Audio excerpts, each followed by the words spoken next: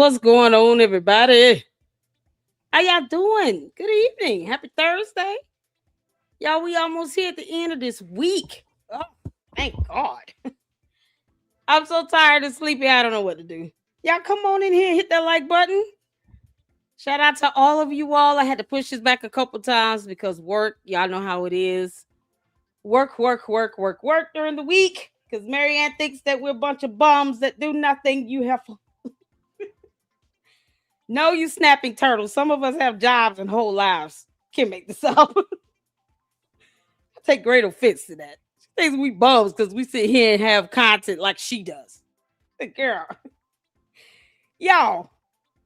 So we have some interesting information to share. Shout out to KKC for getting some documents from the city. It's a 2020 inspection of one of the two bandos. Oh, Lord have mercy. We have a few videos to get through. Y'all, I'm already behind, okay?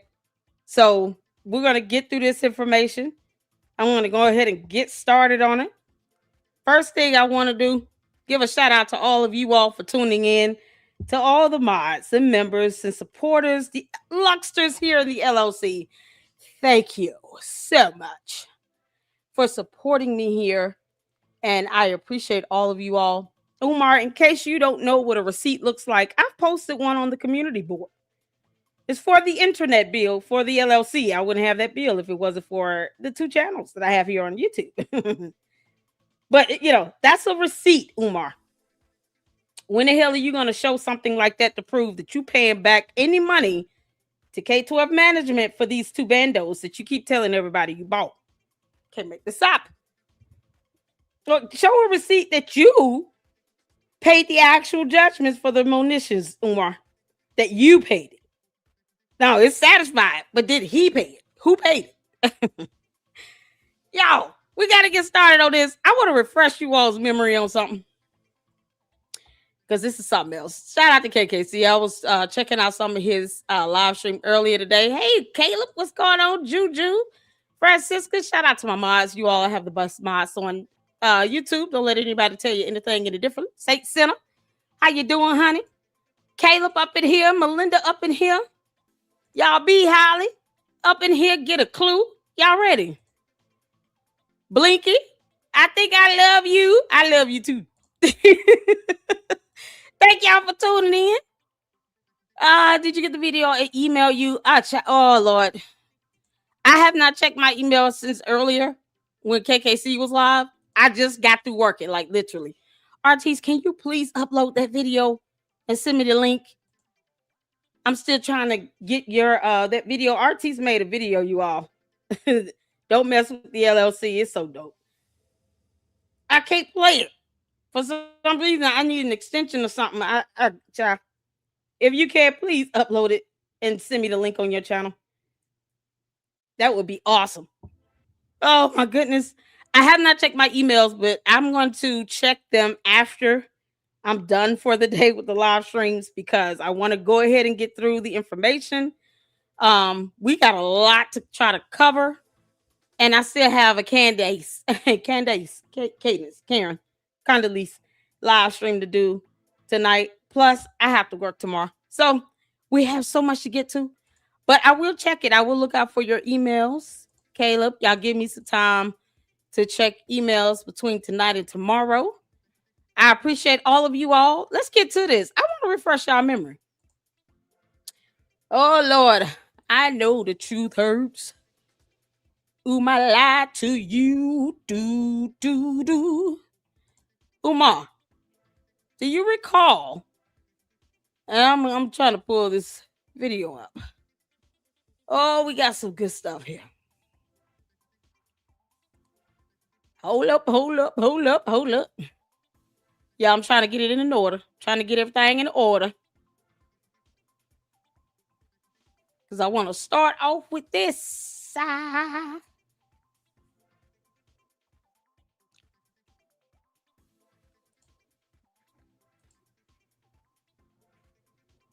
Yep, okay. Let's get this up and going.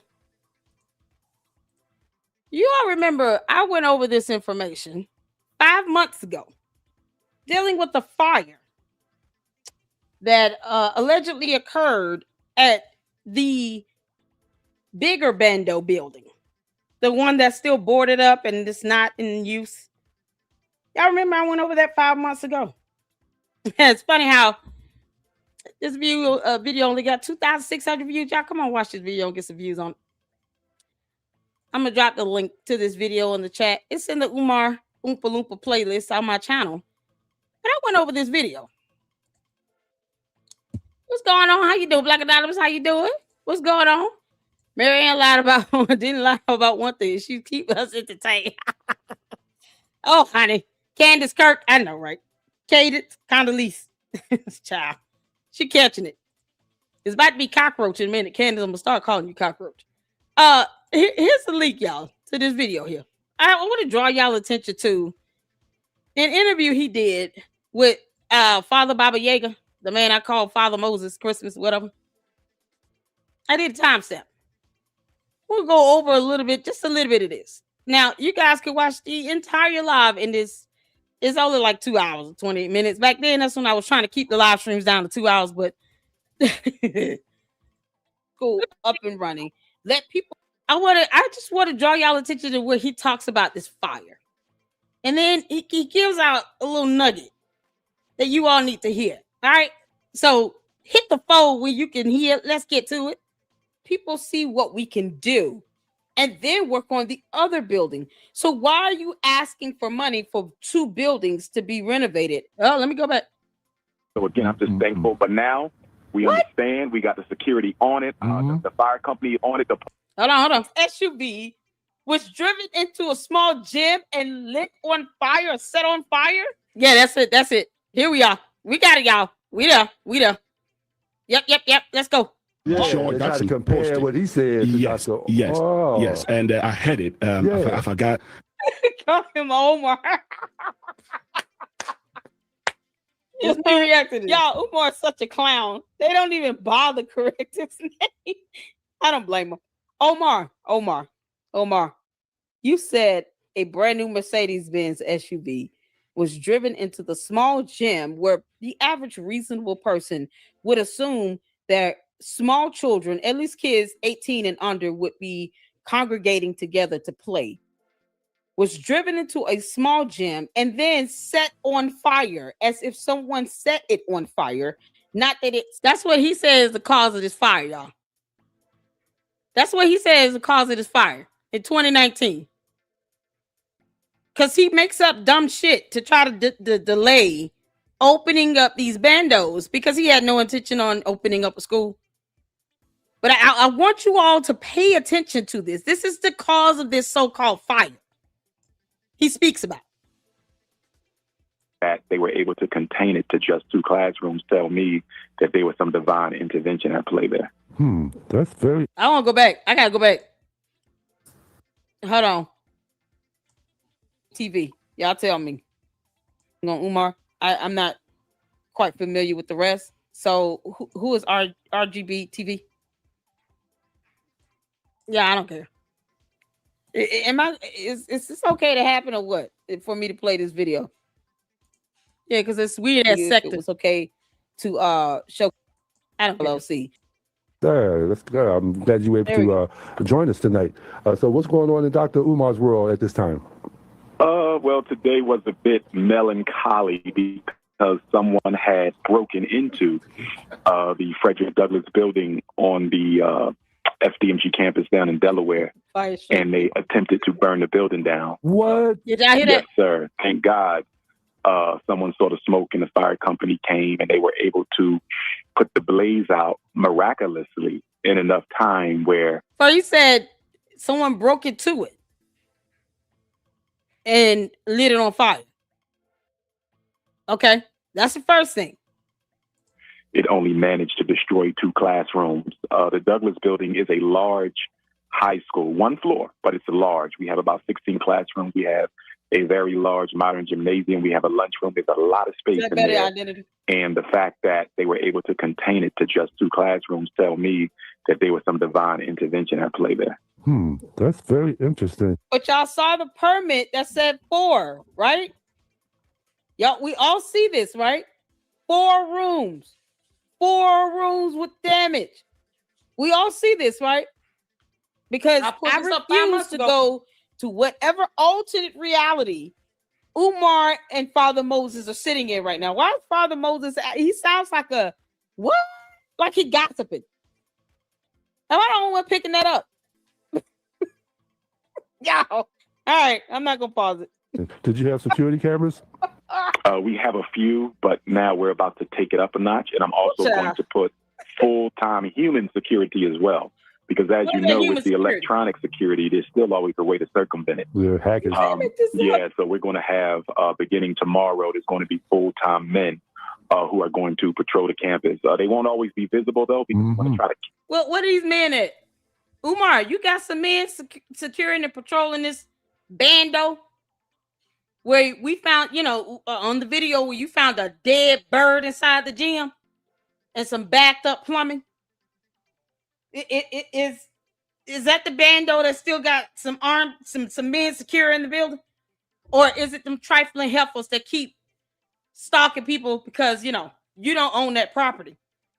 Every time someone goes up there and record, you got these weird ass women taking photos and stuff. Is that it?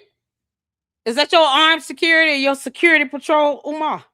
Because, you got to own the property to do that. You don't own shit. You call the cops out there, they're going to remove all y'all. I'm just saying. Who the people patrolling the property, y'all? He said he was going to get the people to patrol the property the next day. Y'all, this is 5 months ago, you all. We listened to this 5 months ago. Okay? 5 months ago. He's still on the same bullshit. Y'all see why I have not listened to the entirety of his interview with the Breakfast Club.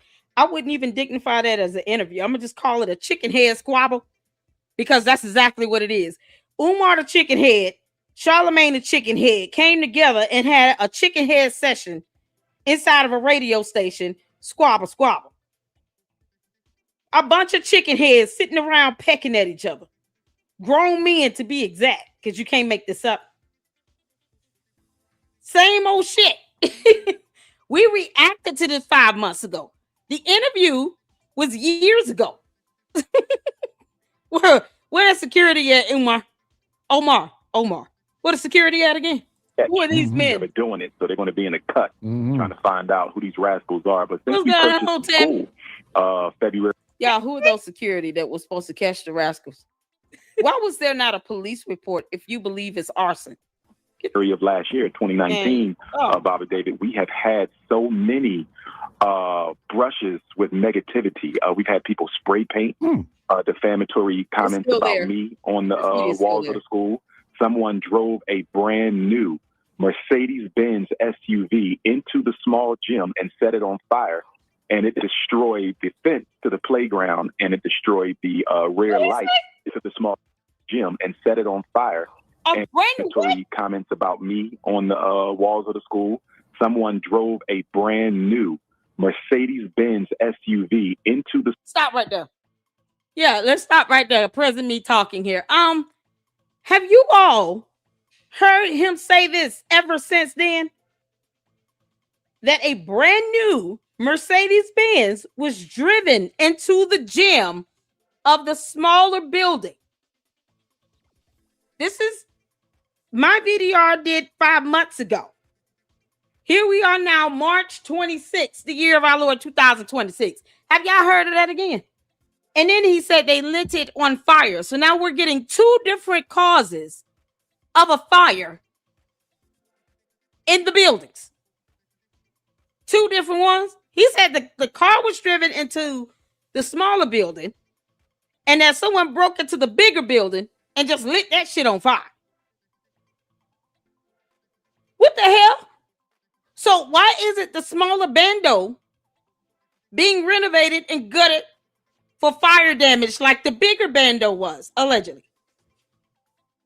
Because, Umar, when the hell did that happen? And why don't you have a police report and a fire report? You understand the type of renovation that building would need if someone drove a brand new Mercedes-Benz into a building? Do you understand the implications of what that accident report should look like? He doesn't have insurance on these bandos, by the way, you all. Just as an FYI, there are no insurance policies covering these bandos. Keep that in mind.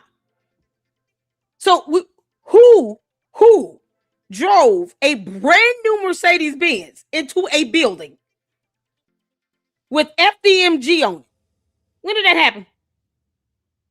I want y'all to just soak this in. This is what he's saying happened to the smaller building. And it was lit on fire. My God. Stop right there. Whew. If y'all don't like me pausing, I don't know what to tell you. You can go on this YouTube channel. Let me drop the link. And you can watch it for yourself all the way through. Because there is no way in the hell I am not going to stop it right here where it has, you guys see what this caption says.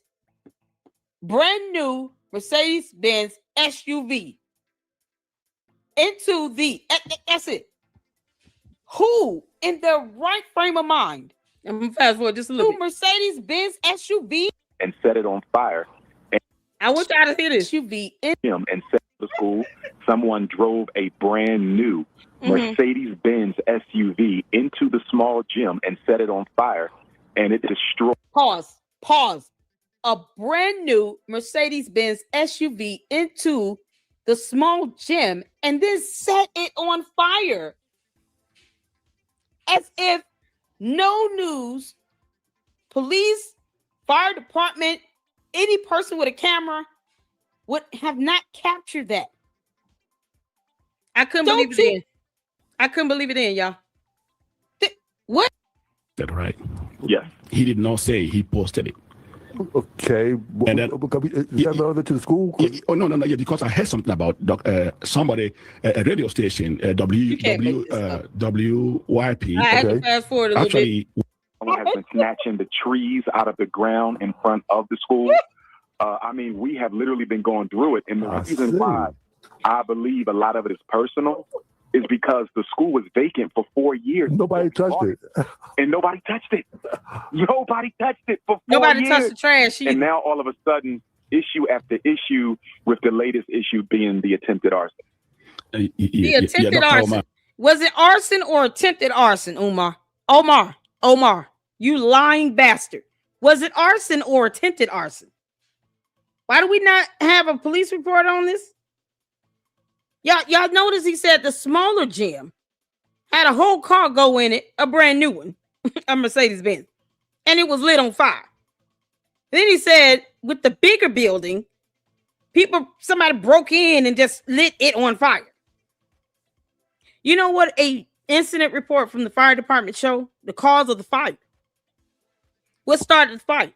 I want you all to just hear this because we're going to get into an inspection report that, shout out to KKC, he was able to get from the city going back to 2020. Okay. Just so you all can hear it from the dumb horse's jackass mouth, Omar, saying that a car went into a building and somehow there's no documentation on that at all. Wow, this is priceless. I just want y'all to hear this because it's so stupid. Omar was intentionally done. Where is the damn police report for that? Yeah, it's nowhere. Where's the fire report? Why do we not see a fire report with that? We see. So let me pause it. So I just want y'all to catch that.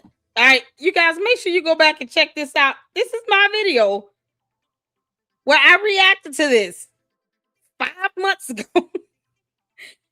5 months ago. 5 months ago. So I wanted to get that in. I wanted you all to see this. Let's go over here to. Hold on. Let me pull up the report. So now you all can kind of get an understanding of what the hell is happening here. So shout out to KKC for this. This is fantastic. He was able to do a FOIA request and get this information. And I'm going to make it big because I want you all to see this. Child. Who, Lord have mercy. So this here is the first page of the it's three pages in this document here from the city of Wilmington of a violation Oh, Lord have mercy. Y'all see City of Wilmington at the top, Department of Licenses and Inspections, 800 North French Street, Wilmington, Delaware, 19801. Phone number is 302-576-3030. If you want to call them and get any information, you can email them, get a FOIA request in. As you all can see here, responsible party. That's Douglas with 2 S's. Frederick and Garvey, RBG, International Leaders, P.O. Box 9634, Wilmington, Delaware, 19804. And then, of course, the vacant property address, which is still vacant to this very day. And I have the vacant properties Excel spreadsheet from the city. Properties still vacant, of course. I mean, because they're vacant. How can anyone consider them schools? This is why we keep calling them bandos. Vacant property address is 610 East 17th Street. So there are 2 buildings, which generates 2 different parcel ID numbers, kind of like ID tag numbers for these properties. One is for 610 East 17th Street. The other one is for 611 East 17th Street. Okay. The 610 building is the bigger building. It's the one where they found the dead bird. Are y'all following me so far? Hit the 4. This is the one where you just heard Umar say someone just broke into it and lit it on fire. He said there's a smaller gym where a brand new Mercedes-Benz was driven into that, and then that was lit on fire. Because, someone would be dumb enough to drive a brand new Mercedes-Benz into a building and set that on fire because reasons. A brand new Mercedes-Benz. Because for some reason, he thinks that's something that normal people would do, like in their right frame of mind. Listen, I've never even came across court documents where you have some of the most extreme arsonists go out and do something like that in a brand new Mercedes-Benz. That might, do that like a 1990 Toyota Camry or something. But a brand new Mercedes-Benz? Somebody finna light a brand new Mercedes-Benz on fire. Umar, you're an idiot. You are an idiot. So the vacant date you all see here is October 3rd, 2016. Then you have a bill number, an account number, a statement date, November 1st, 2025. This is last year. And due date, January 2nd of 2026. What is this referred to? This is $12,000. That is due for vacant property registration fees.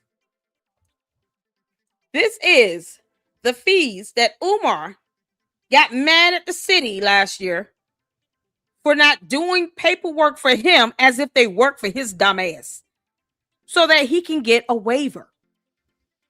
Because he said that being a 501c3 allows him to get a waiver for those fees, even though he doesn't want government funding. But he wants the government to give him a waiver so that he does not have to pay these fees to the government. Do you all understand? Umar, how can you say you don't want government funding, but you want the government to waive a fee? Make it make sense? Does this make sense to anybody? You can't make this up. So he wants the government to give him a waiver for $12,000 for just one of the 2 bandos. But he doesn't want to take government funding. I know the truth hurts, but Umar lied to you. Either way, he wants the government to help his dumb ass out. 12 grand is what he owes. This is after, y'all, this is billed after the writ of monitions was satisfied with the court. After that, the writ of monitions was satisfied, and I'm going to tell you all the exact date. On August 21st, 2025. You all see the due date here was for January 2nd of 26, with the statement date of 11/1/2025. These fees they don't go away because Umar doesn't want to pay them. That's not how that works. So as soon as he got somebody to pay the judgment for the writ of monition, which covered 2 buildings, both properties, he ended up getting another bill, which goes to show he's not even staying on top of doing the paperwork to get a waiver. But he got mad at the city for not filling it out for him like they owe him that. Because he has no staff, no secretary, no admin assistant, no board, no teachers, no nothing. So in theory, he would have to do all this shit on his own. They don't owe him that. They don't have to do paperwork for him. I don't know what it is about this Umar sector thinking people are supposed to be their personal secretaries and admin assistants. That's not how the hell this works. So now he's still got a $12,000 bill for just the 610 property. And both buildings are still vacant, meaning he would have a bill for the 611 property as well. Both buildings are still vacant. So there are vacant property registration fees he has to pay on both buildings. Does that make sense?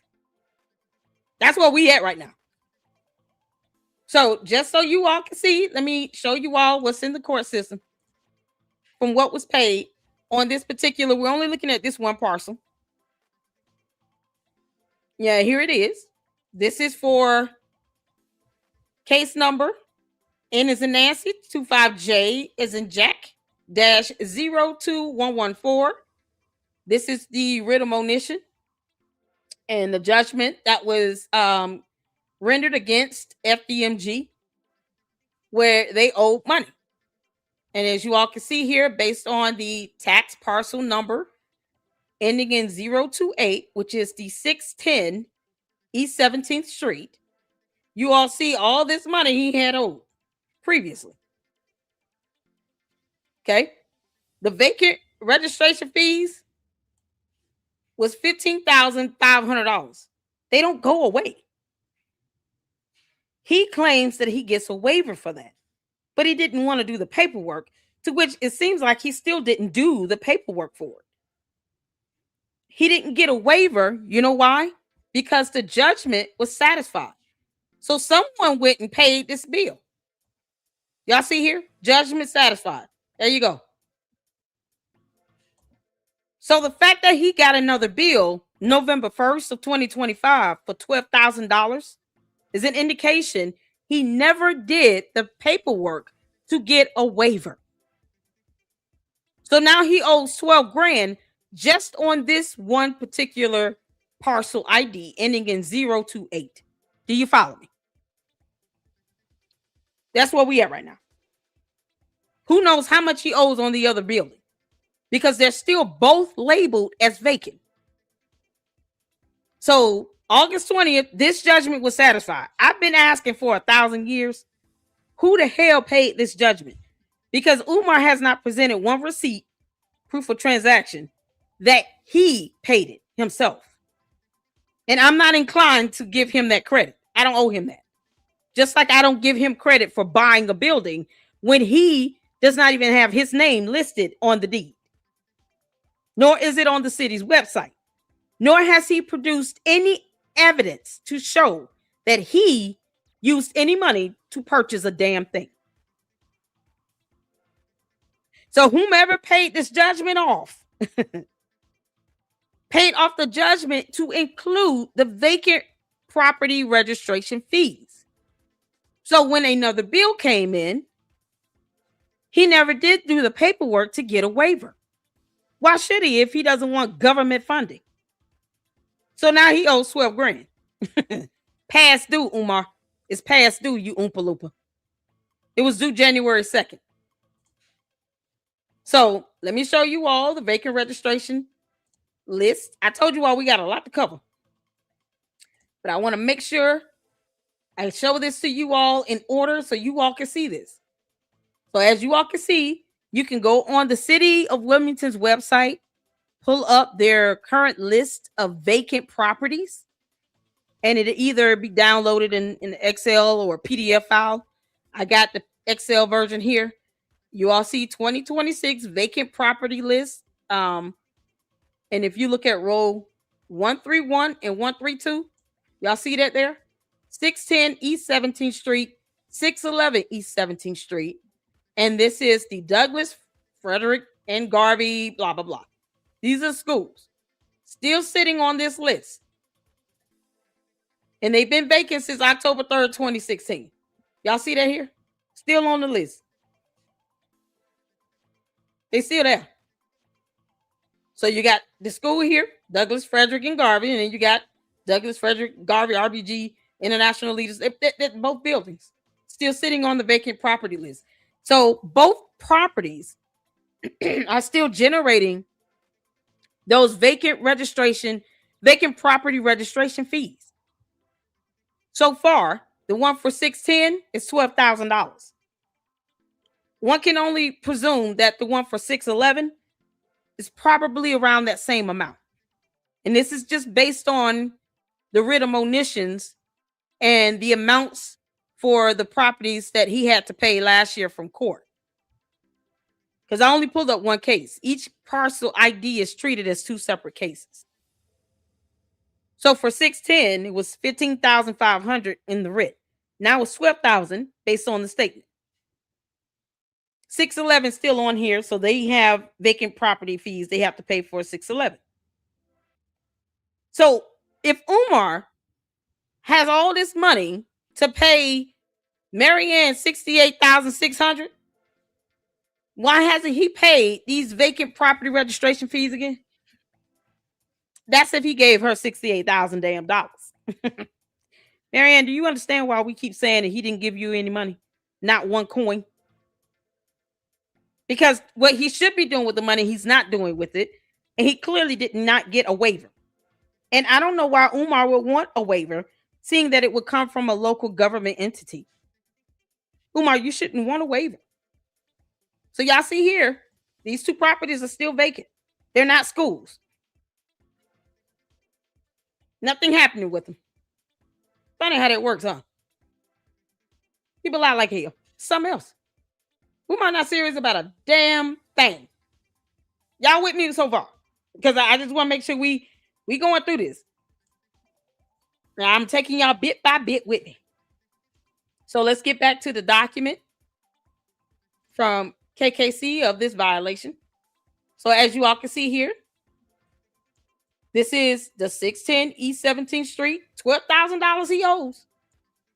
And I'm sure that the other property has fees that are due as well. More than likely billed on the same date because they're both the same, under the same FDMG LLC. And so the registration fees will come due for both properties at the same time. So here it is right here, Umar. Why haven't you paid this bill? KKC just got these documents yesterday.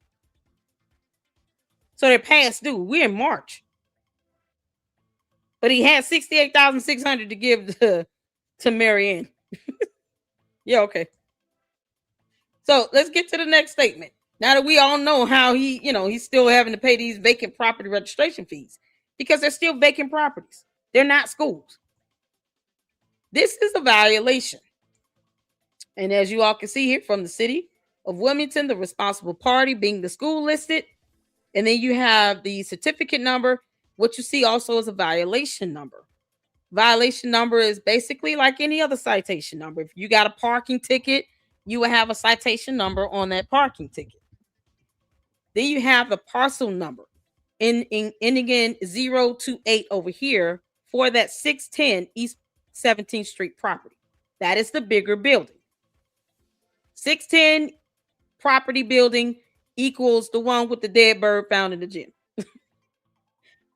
Umar knew it was dead, and he knew it was black mold in there too, because we watched the camera footage of him acknowledging black mold inside that gym where a dead bird was found because it was so gross. So that's the 028 parcel ID number.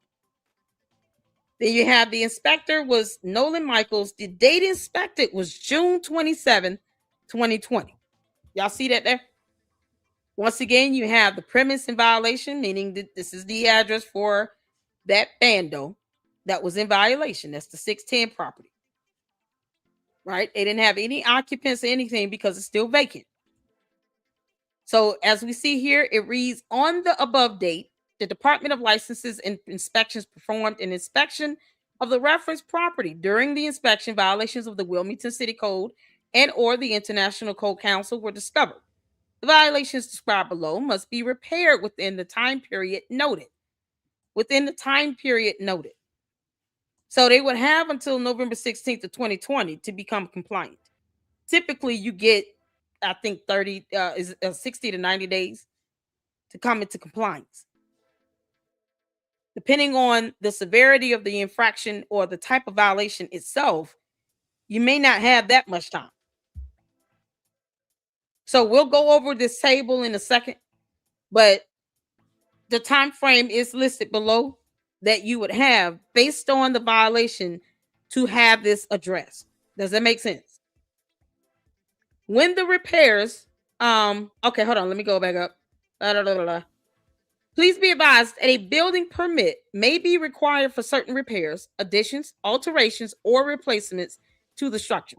Please contact the Department of Licenses and Inspections for further information on permitting requirements and to make application for a building permit. When the repairs are complete, please contact the inspector to schedule an inspection. So once the repairs were to be done based on the violations noted below, then they would have to come out and do another inspection. That inspection would be to see if you've come into compliance.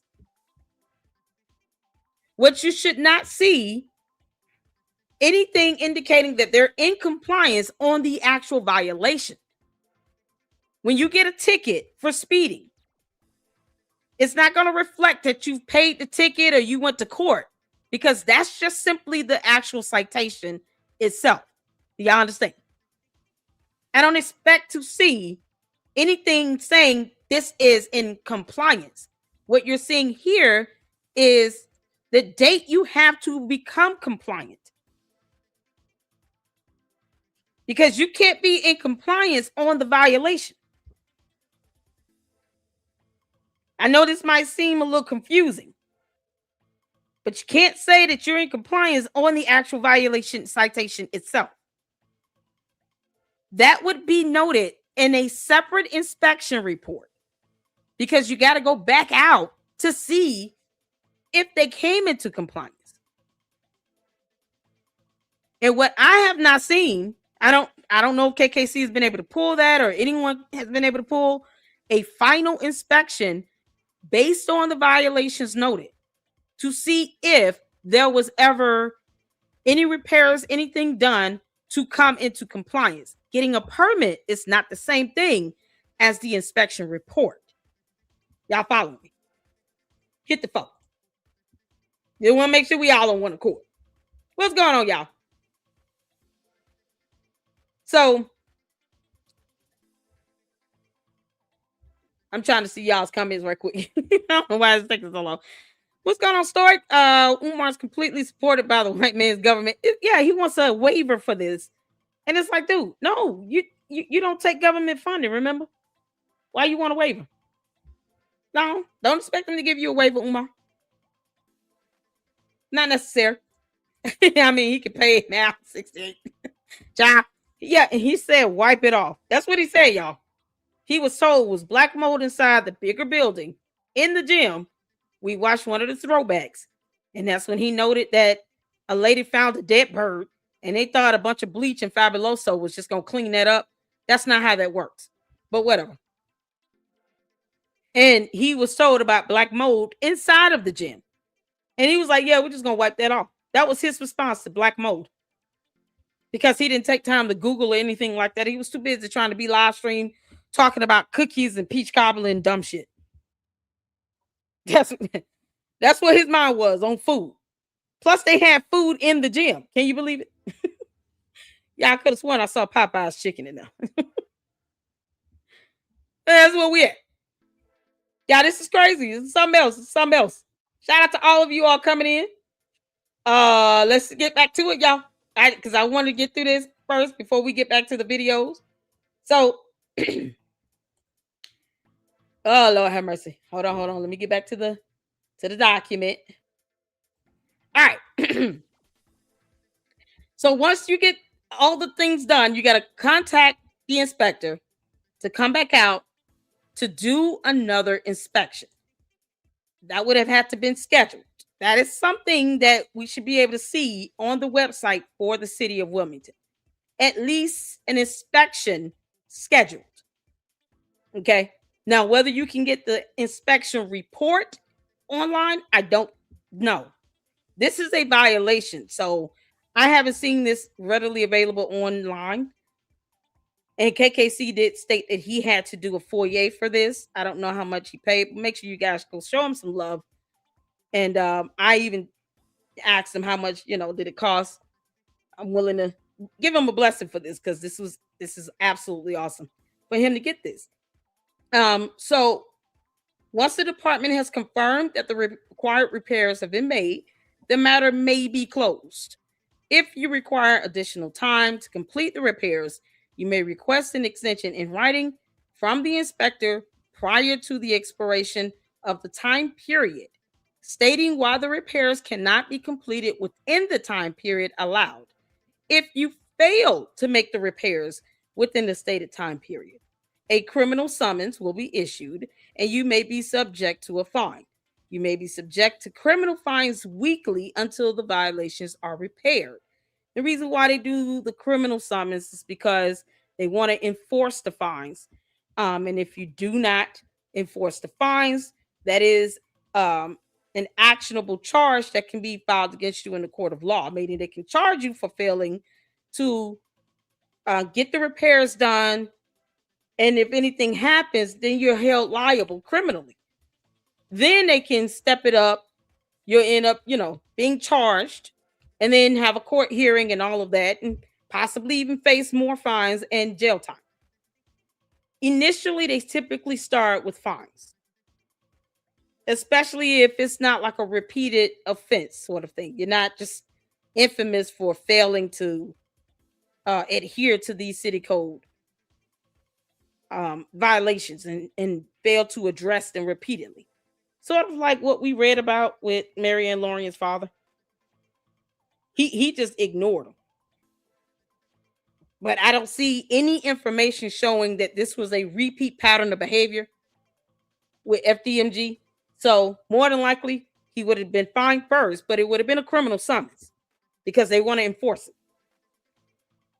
All right. So should you have any questions or to request a meeting with the inspector or to schedule an inspection of the completed repairs, please contact the inspector at the email address or telephone number listed above. And that would have been to Nolan Michaels. Okay.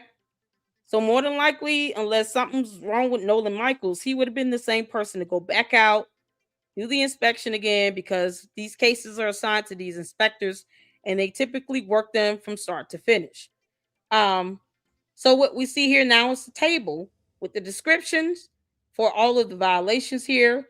You have the sections or the citation code, and then you have the days, compliance date, and location. So for each of the descriptions here, you see as a result of the violations listed below, the structure is deemed unsafe. Violation must be corrected within the time period noted or the dwelling vacated. These properties are still vacated, y'all. They're still vacant. No one's been in them. They haven't put any kids in them. Thank God. They have not opened the door saying, oh, school's open. No, they're vacant. Then you have the section here, day 0, compliant, and then compliance date by November 16, 2020. Location, and this is for room. RM is room, FLR is floor. Does that make sense? So room is like the general interior room. And then you have requires that no owner here for the second description or operator shall let to any person for human habitation, and no person shall occupy any dwelling or dwelling unit which has been condemned and placarded. And then you have the section here, and then you have the days, compliance date of November 16th. I think the compliance date is the same for all except the one at the bottom. And then, of course, the room is just in general interior. All of them are just general interior room. There weren't any floors or anything. For that building, I think it's one floor. And then you have unsafe structure, responsibility of owner, repair/replace fire, smoke, and water damage. Then you have restore electrical service, restore natural gas service, and this compliance date at the bottom is November 9, 2020. So once again, I have not seen an inspection, a final inspection on file with the city's website where these issues, these violations were addressed. What I have seen is a permit. Okay. A permit does not mean that the work was done or completed. What's throwing some of us off is the word here that either it must be corrected within the time period or the dwelling vacated. And I think because they're still vacant, they may have been gutted out and cleaned, but they gave the option to have them vacated. So as long as no one's going in them, then the need for just renovated repairs and upgrades and all of that is not necessarily mandatory. It would only be if they plan on putting kids in these buildings. And you all heard from Umar that the smaller gym had a brand new Mercedes-Benz driven into the gym. Y'all. A brand new Mercedes-Benz drove into the smaller gym and it was lit on fire. So why aren't we seeing this for the other property? I don't know. You would think both properties could have had these inspections done, right? Let Umar tell it. Both properties have been lit on fire in two different ways. Neither of them were insured, though. Funny how that works. But he wants vacant property registration fees to be waived by a local government. Make that make sense? No, this is supposed to be funded by Black people only and no government funded. That means you don't get any government waivers either. Because all that is just saying you don't have to pay it. No, go ahead and pay it, Umar. You got it. You won't tell anybody what else you're doing with donation money. You could at least be doing what the money is supposed to be used for, and that's to fix up these bandos and turn them into schools, even though they're still sitting on a vacant property list. Not being used at all for anything. You can't make this up. And I implore you all to go on the City of Wilmington's website and go see for yourselves. It's still there. So as you all can see here, here's the table. And let's go to the last page here. Oh, the KKC King Kong crazy. Oh, that's so epic. A written petition setting forth the principal points upon which the appeal is made, specific reference to the provision of the applicable code sections upon which the appeal is based, the names and addresses of the owners of all other properties affected by the appeal. 2, an administrative filing fee of $50. If your appeal is successful, the fee will be refunded to you. So if he wants to appeal this, he could have. I didn't see anything indicating an appeal was done. So, like I said, the lingo that they use is get the repairs, get the violations corrected or vacated. And they've been vacant. So, that's that. Now, like I said, he's not going to open the bigger building. We're going to go back to the video where he says that. I just wanted to get the fire thing out of the way. All right. And then here's where you should, send the appeals. Once your written appeal and filing fee are received, a hearing will be scheduled before the board.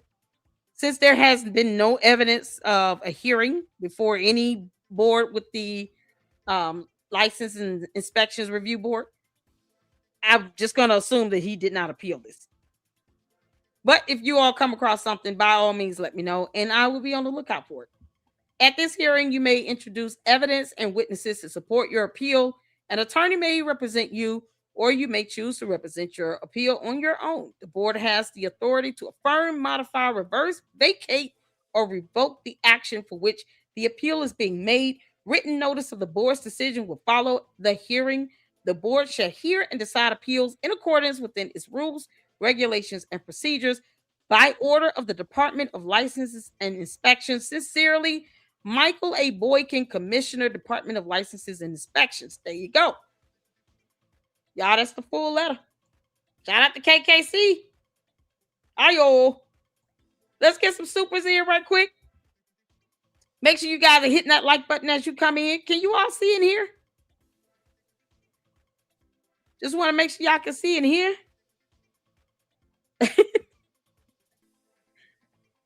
What's going on? Y'all hit the 4 if you can see in here. I just want to make sure y'all good.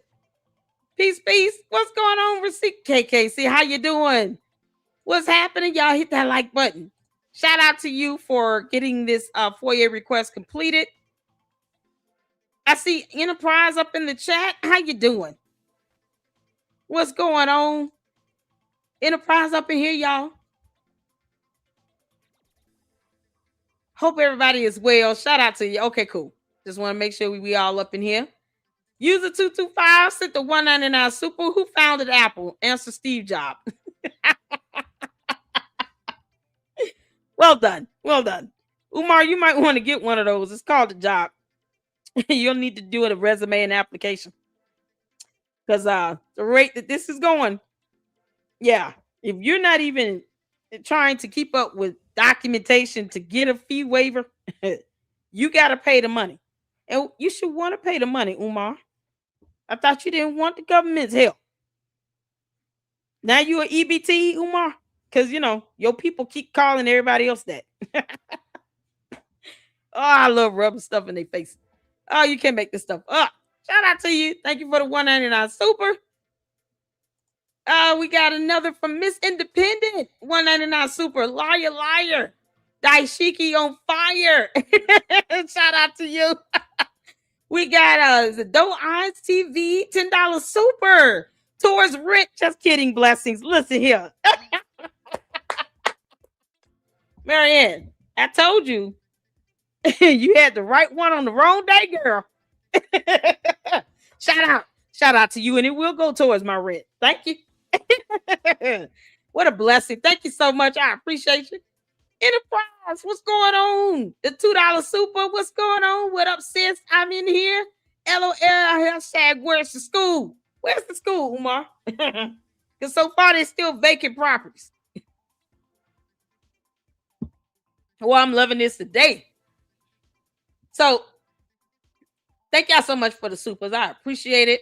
Y'all, Jada Informant is up in here. KKC is up in here. If I can get the mods to drop YouTube channel links, Enterprise is up in here. Let's see. Who else? Any other content creators up in here? S-Files, if you're here, drop your channel links. RTs, drop your channel links in the chat. Let's get you some support. That's what YouTube community should be about, supporting each other and uplifting each other. So KKC, Jay the Informant, Enterprise Entertainment, S-Files, RTs, all the great content creators. Drop, if you're mods, drop your YouTube channel link. You don't even have to ask. All right. Just drop your channel links, drop your video links, things you want people to see and check out. Feel free to drop it in the chat. Y'all don't ever have to ask. I appreciate you all so much. Thank y'all so much for tuning in. We got more to cover. Miss Congo with the $2 super. Powerful, powerful. Thank you so much, y'all. Let's get to this. Let's see. I want to just bring you all attention to the actual. Oh, where is it? Where is it? The deed. Just to refresh you all's memory. And Umar's. Because Umar, you forget to have the copy of the deed. Shout out to Lennon Honor. Sent me a copy of the deeds over here. Now, here's why I keep saying, how does Umar own anything? Because, Umar, your name will be somewhere on this. You don't even have proof that you are a registered agent of the LLC or FDMG. Here are the parcel numbers, you all. Y'all see the parcel numbers over here? The first one ending in 028, that's the 610 building. The second one ending in 027, that's the 611 building. Y'all see the information here, the barcode there. And this is something that could be retrieved from the city of Wilmington as well. Copy of the deed with a FOIA request. This deed made the 6th day of February in the year 2019. K12 Delaware RELLC, a Delaware limited liability company. Let me zoom in. Party of the first part and Frederick Douglass and Marcus Garvey RBG International Leadership Academy, Corporation of the Commonwealth of Pennsylvania. Party of the second part. Umar, where you have your name at? How are you connected to this at all? K12 bought those bandos, y'all. They purchased them. What we have not seen is a transcript or receipt, proof of transaction, nothing from Umar, where he's paying back K12 a damn coin,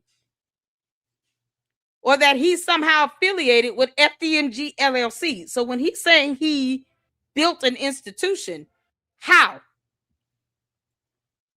When you didn't buy the bandos? And if they're still vacant, Umar, why are you keeping the bigger building if you know you're not going to open it? And we're going to get to that part of the video because he says that. He said that it was only his intention to open the smaller one. I'm going to play the video so that your words can be heard, Umar. I can't make that up. Y'all see it right here. Here's the deed. His name not on here. He doesn't even have himself listed as the CEO or president of FDMG LLC, the actual LLC registration. Nor does he put himself as such on the tax documents. Y'all know how he lists himself on those tax forms as a director. He just lists himself. He doesn't even give himself a salary. So how does he own anything?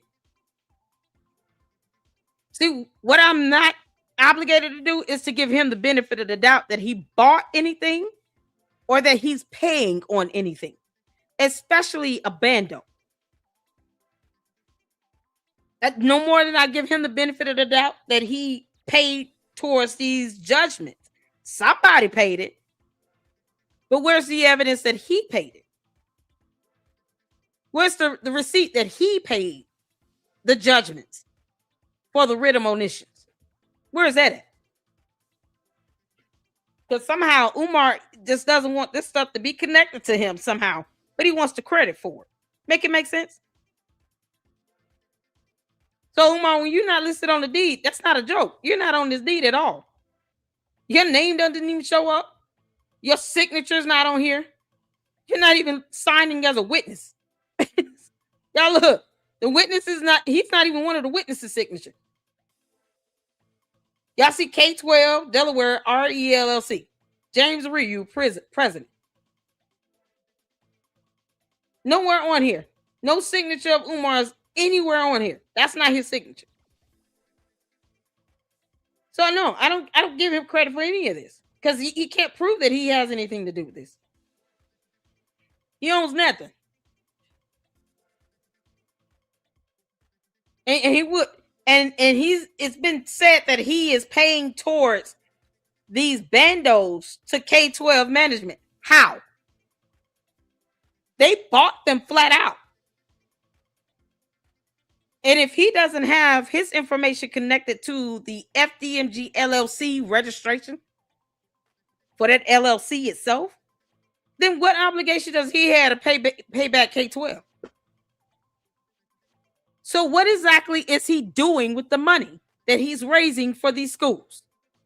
What is he doing with it? What is he doing?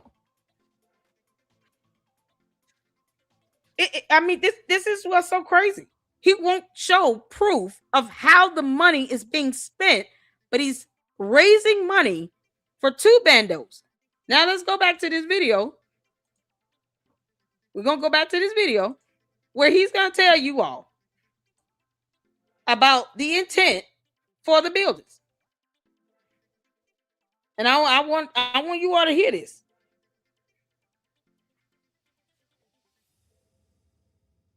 Here we go. I'm gonna play it right here. You guys always, please make sure you check out this full video in its entirety. I have the links to the original videos in the description of this one here. But check this out. This is on the Umar Johnson playlist on my channel. Let's get to this. Field cow manure to roam this earth. The smaller one open to restore. Did he be dead already? Yeah, they don't care. Baby. What's wrong with you, As much as Umar? they care about us. Yes. What the hell did this dude just say? What did you say? How old is Father Moses? You want to lie for Umar Johnson? Yeah, I'm simultaneously the most loved and the most hated scholar at the Wow. Oh, you're just the biggest and the dumbest. So now we will be able to go to the contractors and take the bids and see what it's going to cost to get the Garvey building, which is the smaller of the two, up and running, because our agenda, our plan is to get the small school up and running, show people what we're going. Y'all see that? The agenda was to get the smaller school up and running. I want to make sure y'all hear that again. Because he keep raising money for 2 buildings.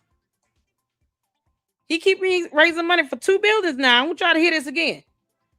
He told this to Father Baba Yaga, and that's somebody he trusts, right? Father Baba Yaga kisses his ass.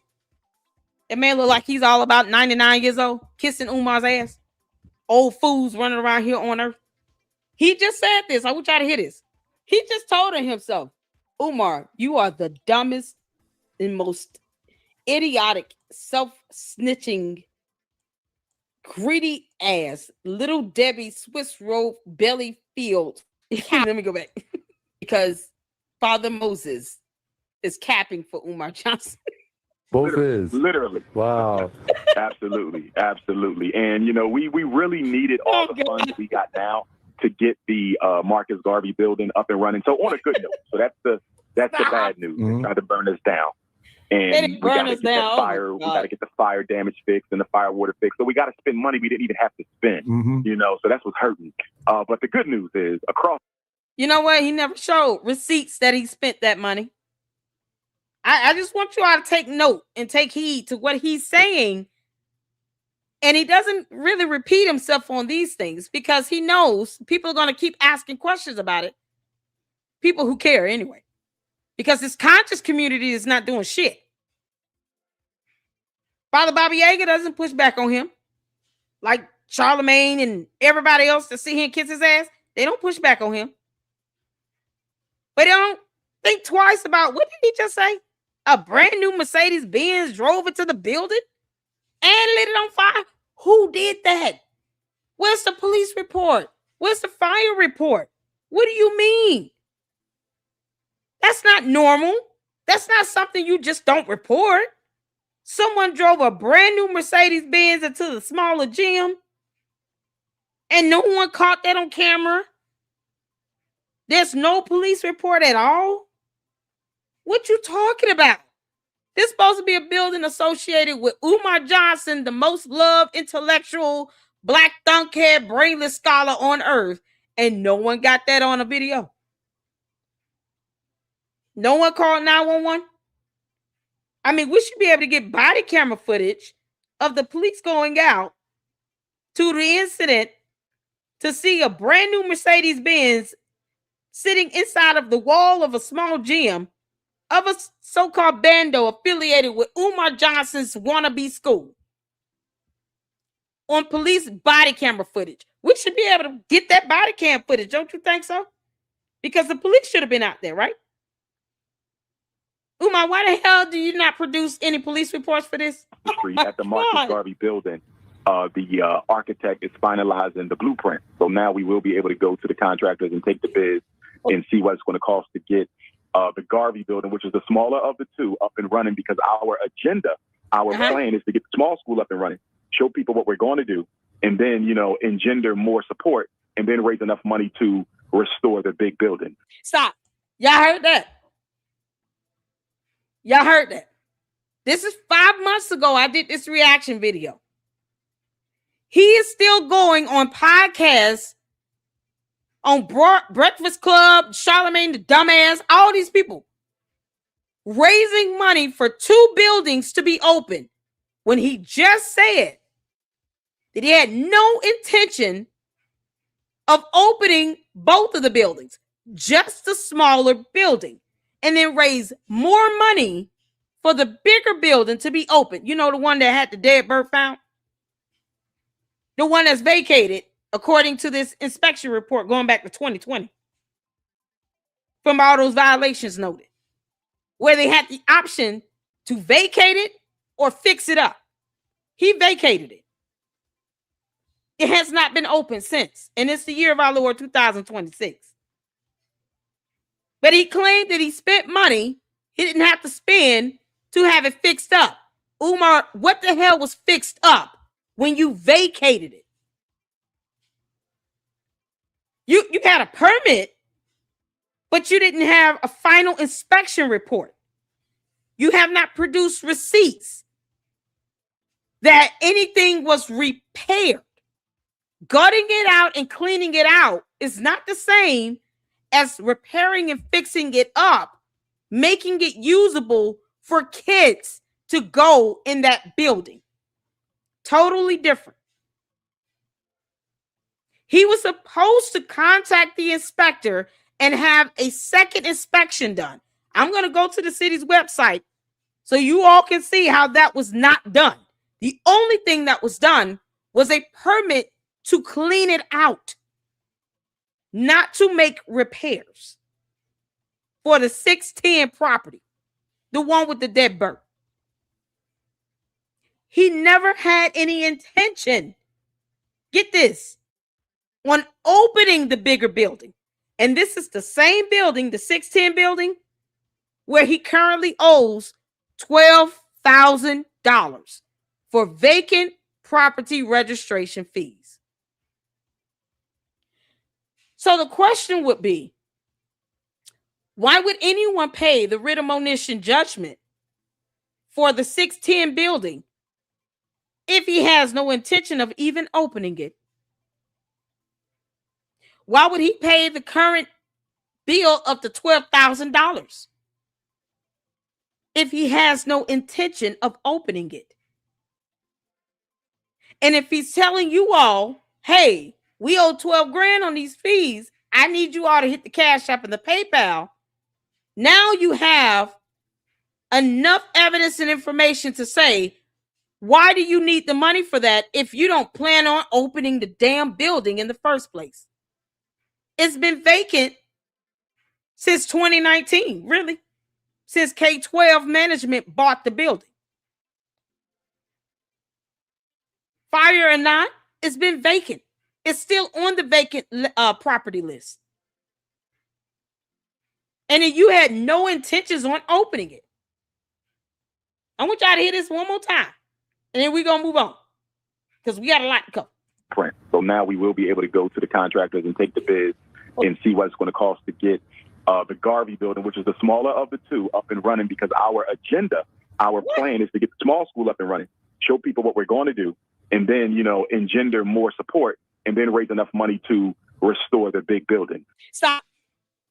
So that's so y'all hear that. Y'all got that? Hit the phone. He never intended on opening the bigger building, just the small one. So all this money he has raised for the aspect of 2 buildings to open up, the writ of monitions from the court website to open up. Why?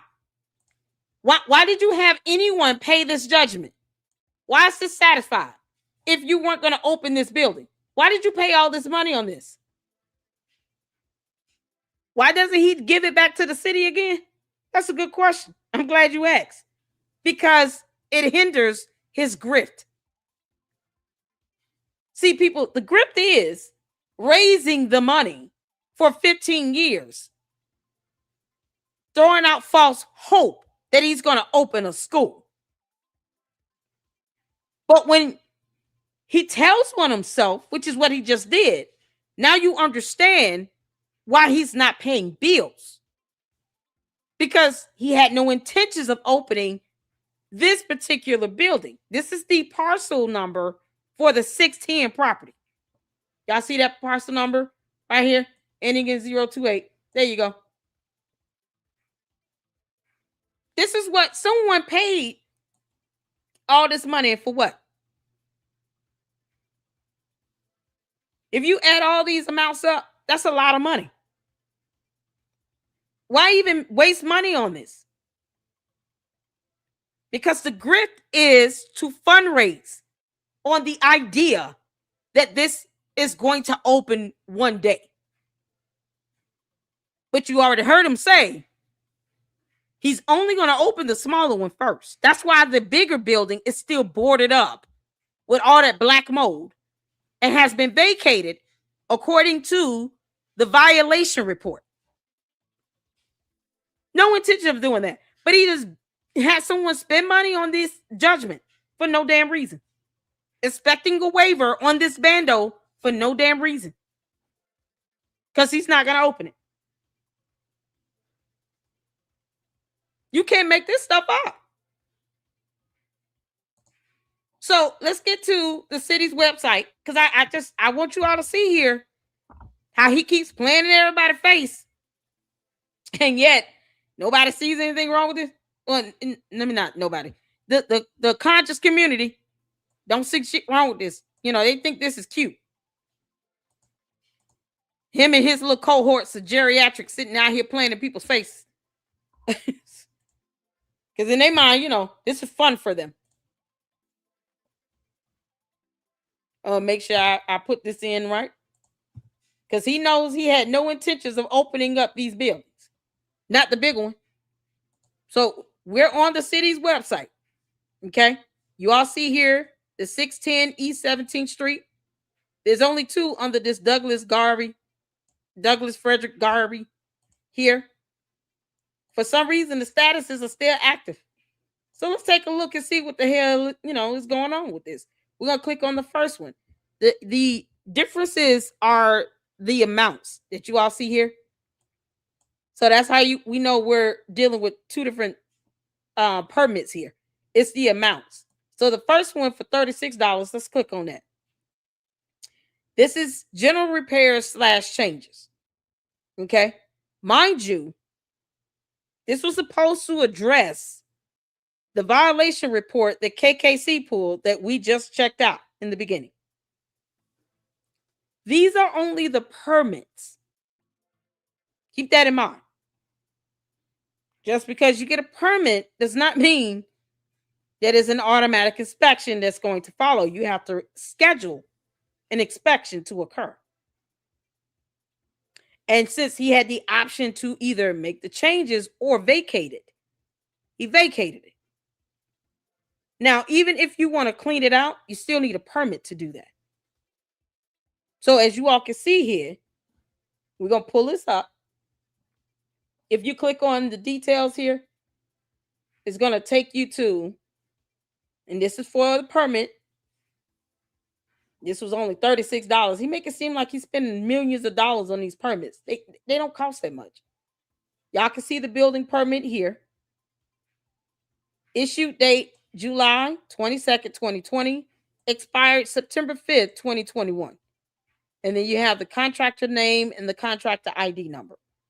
So if you click view permit image, this is what's going to come up. Right here. So you all can see here, this building permit must be displayed on premises in a prominent place. You all see here, issued July 22nd, 2020, expired.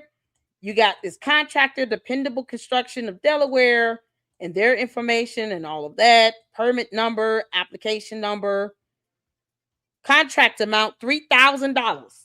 Interior clean up of 4 rooms with fire damage. Not remodel, not renovate, not installation, clean up. Y'all see what I'm saying here? Are you picking up what I'm putting down? Because we're just reading the words on the paper. He got a permit for them to clean it up. That doesn't mean that it was renovated. That would have cost a lot more money. This would have been a lot more detailed. You have more supplies that would have been entailed, a lot more labor. And this is contract amount $3,000. This is just to clean up 4 rooms, which is listed on here. He said only 2 rooms were affected in the video. As you can see on the permit, they have 4 rooms. General interior. Y'all seeing it? Just so y'all can all be on the same page here. Hit the phone. Yeah, this is where we are now. Shout out to KKC for getting this report. Ginger Spice, how you doing? What's going on, Uncle Mo? How you doing, honey? Can I get one of the mods to drop Uncle Mo's YouTube channel link in the chat? Shout out to all the fantastic content creators up in here. Good evening, Ruben. How you doing? So you all see this. Y'all following me. So he got a permit to simply have the cleanup done from the alleged fire that he claimed somebody broke into the building and just lit shit on fire. It's the smaller gym, he said, where the brand new Mercedes-Benz drove into the wall, into the gym, and then lit that on fire. Because, you know, for some reason in his reality, people want to light a brand new Mercedes-Benz on fire. God.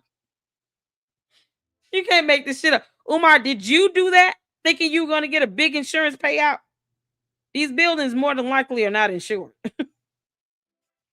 I haven't seen any evidence that these buildings are insured, by the way. Something like that happens, you know, you can't even file a claim.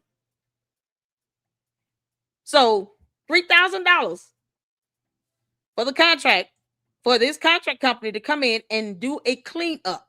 That's it. They didn't do anything else. They have to be specific in what was done. If there was installation, if they remodeled, anything along those lines, it would be noted on the permit because they have to specify what work is being done.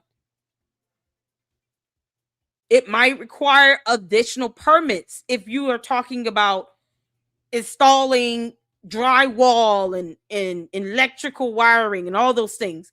Whatever you're doing to renovate and install and repair might require additional permits for that set of work to be done. Does that make sense?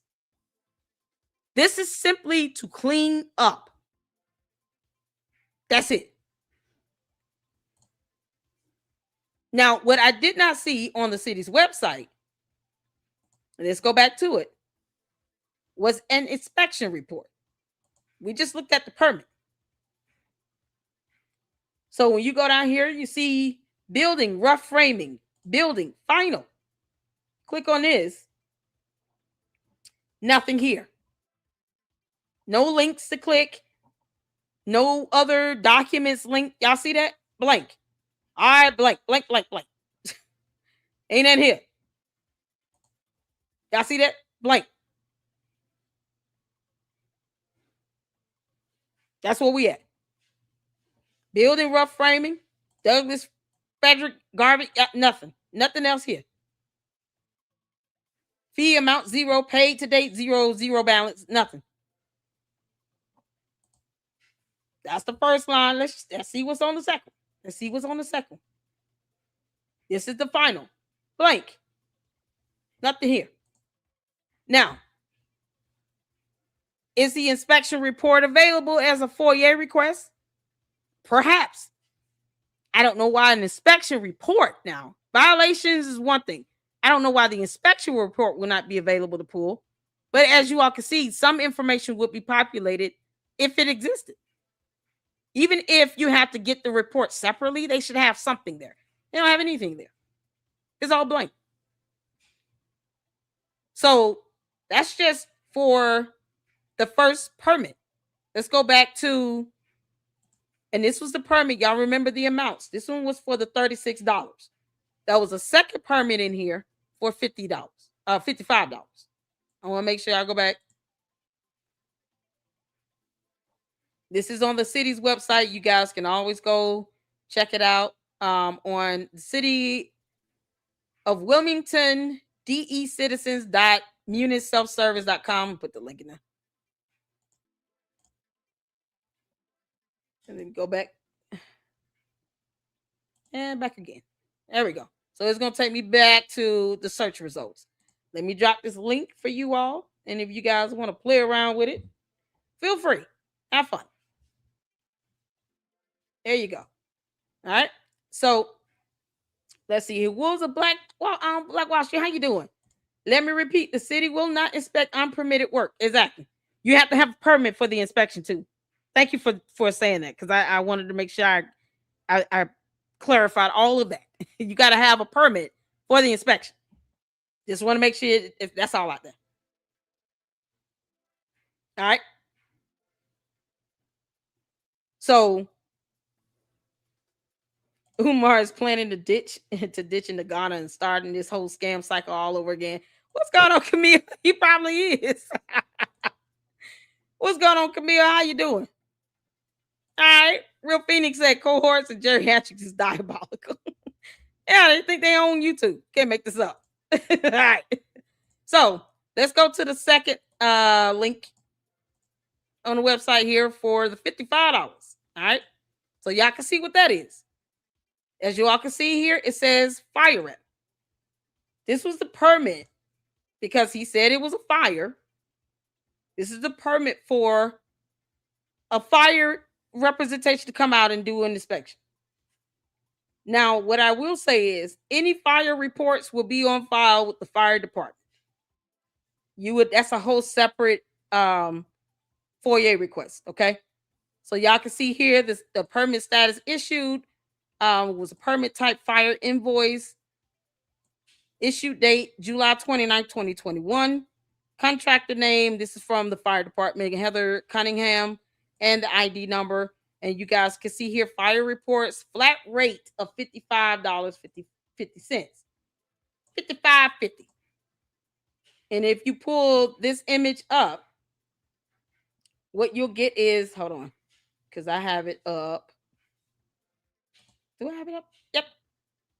Let me show you all. If you all can see this, want to make sure, because you can't see it.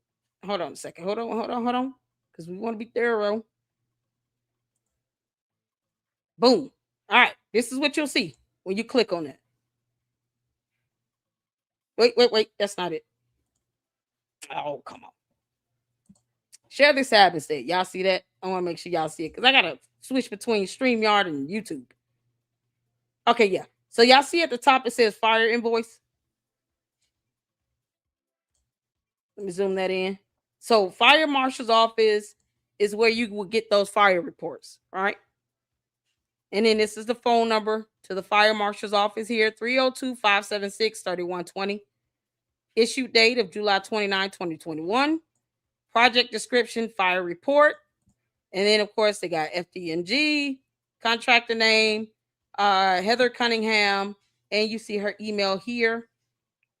And if you want to get these reports, you got to get it from the fire marshal's office. But y'all can see here, this is just for the fire. Right? I had to get a permit for that. So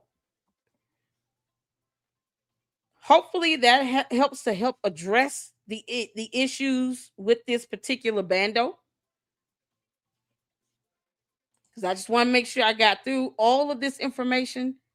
And I want to make sure I'm not leaving anything out.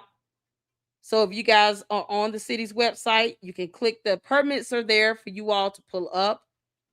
Inspection reports seem like you would have to either do a FOIA to get it from the city, or if you want a fire report, you get it from the fire marshal's office, but you can get a FOIA request put in for that. They may charge a little. I don't know how much, but it is available to retrieve through a FOIA. But if there were any renovations done, any upgrades done, you would need permits, and it would specify that. Because we all know renovating a classroom or a gym or anything, it's more than just putting up some plywood, right? You got to have electrical and wiring and heat, AV, AC vents and all that stuff, do the interior, all of those things require separate permits for that. And the fact that we only see 2 for this particular bando lets me know, y'all see that here? He had no intention of doing anything beyond just the bare minimum. And that was to ensure that at the very least it was cleaned out, probably gutted, and vacated. Now, you all wonder why he never goes inside the building. What would we see if he went in? Probably doesn't have any power on. If it's vacant, then more than likely there's no electricity. My whole question is, who in the hell would want to pay that monition, that judgment, for that bando that's not in use either way, that he had no intention of even opening? Why pay the judgment? Well, how else is he going to keep getting his cult members to keep giving him money? He's got to give you all some illusion that he's doing something with the money, right? Even though it's a waste of money, but got to give some illusion. As opposed to him putting his pride and ego to the side and just giving the vacant property back to the city, letting it be bulldozed, turned into a parking lot. It's uninhabitable. The bigger building with the dead bird in it is uninhabitable. We saw that from the violation report. So why keep it? Well, grifting is what he does.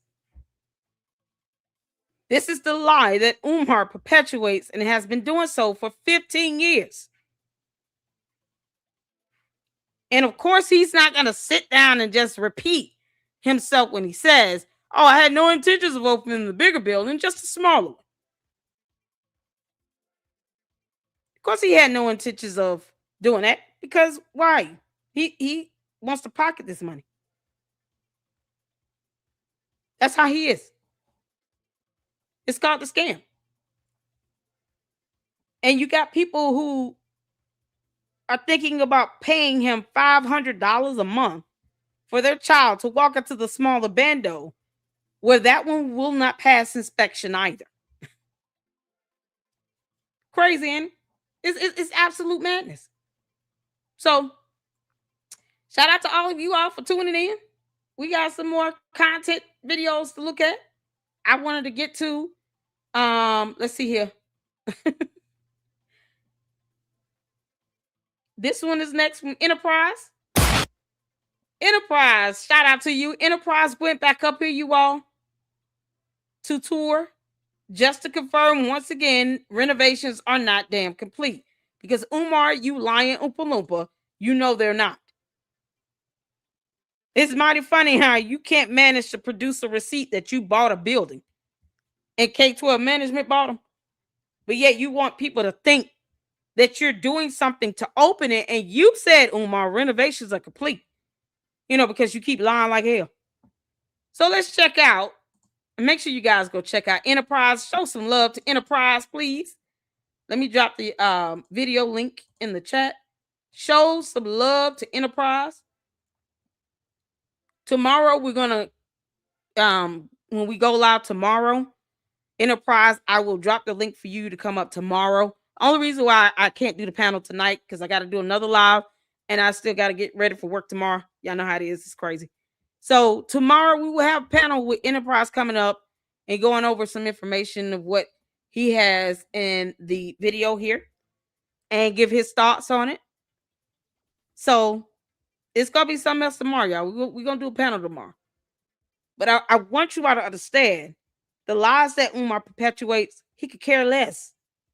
Because he has people still thinking, and he has others pushing out this dumbass lie that he is doing renovations to these buildings when he's not.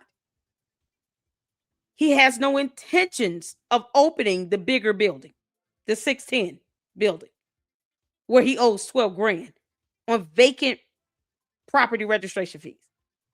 Didn't even get a waiver on it. Don't sit here and ask the government to give you some help, Umar, if you don't want the government's money. then don't even think about a waiver. You lying hypocrite. Y'all, let's get to this.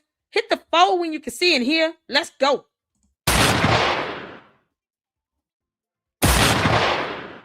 Good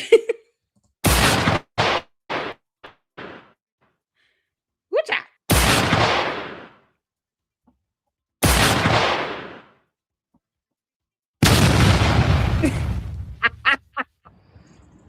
Good afternoon, good people.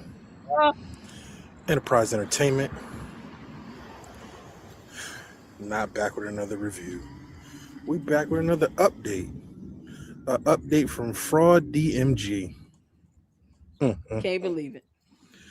Now, he just had a Loon interview on the It's Up There podcast.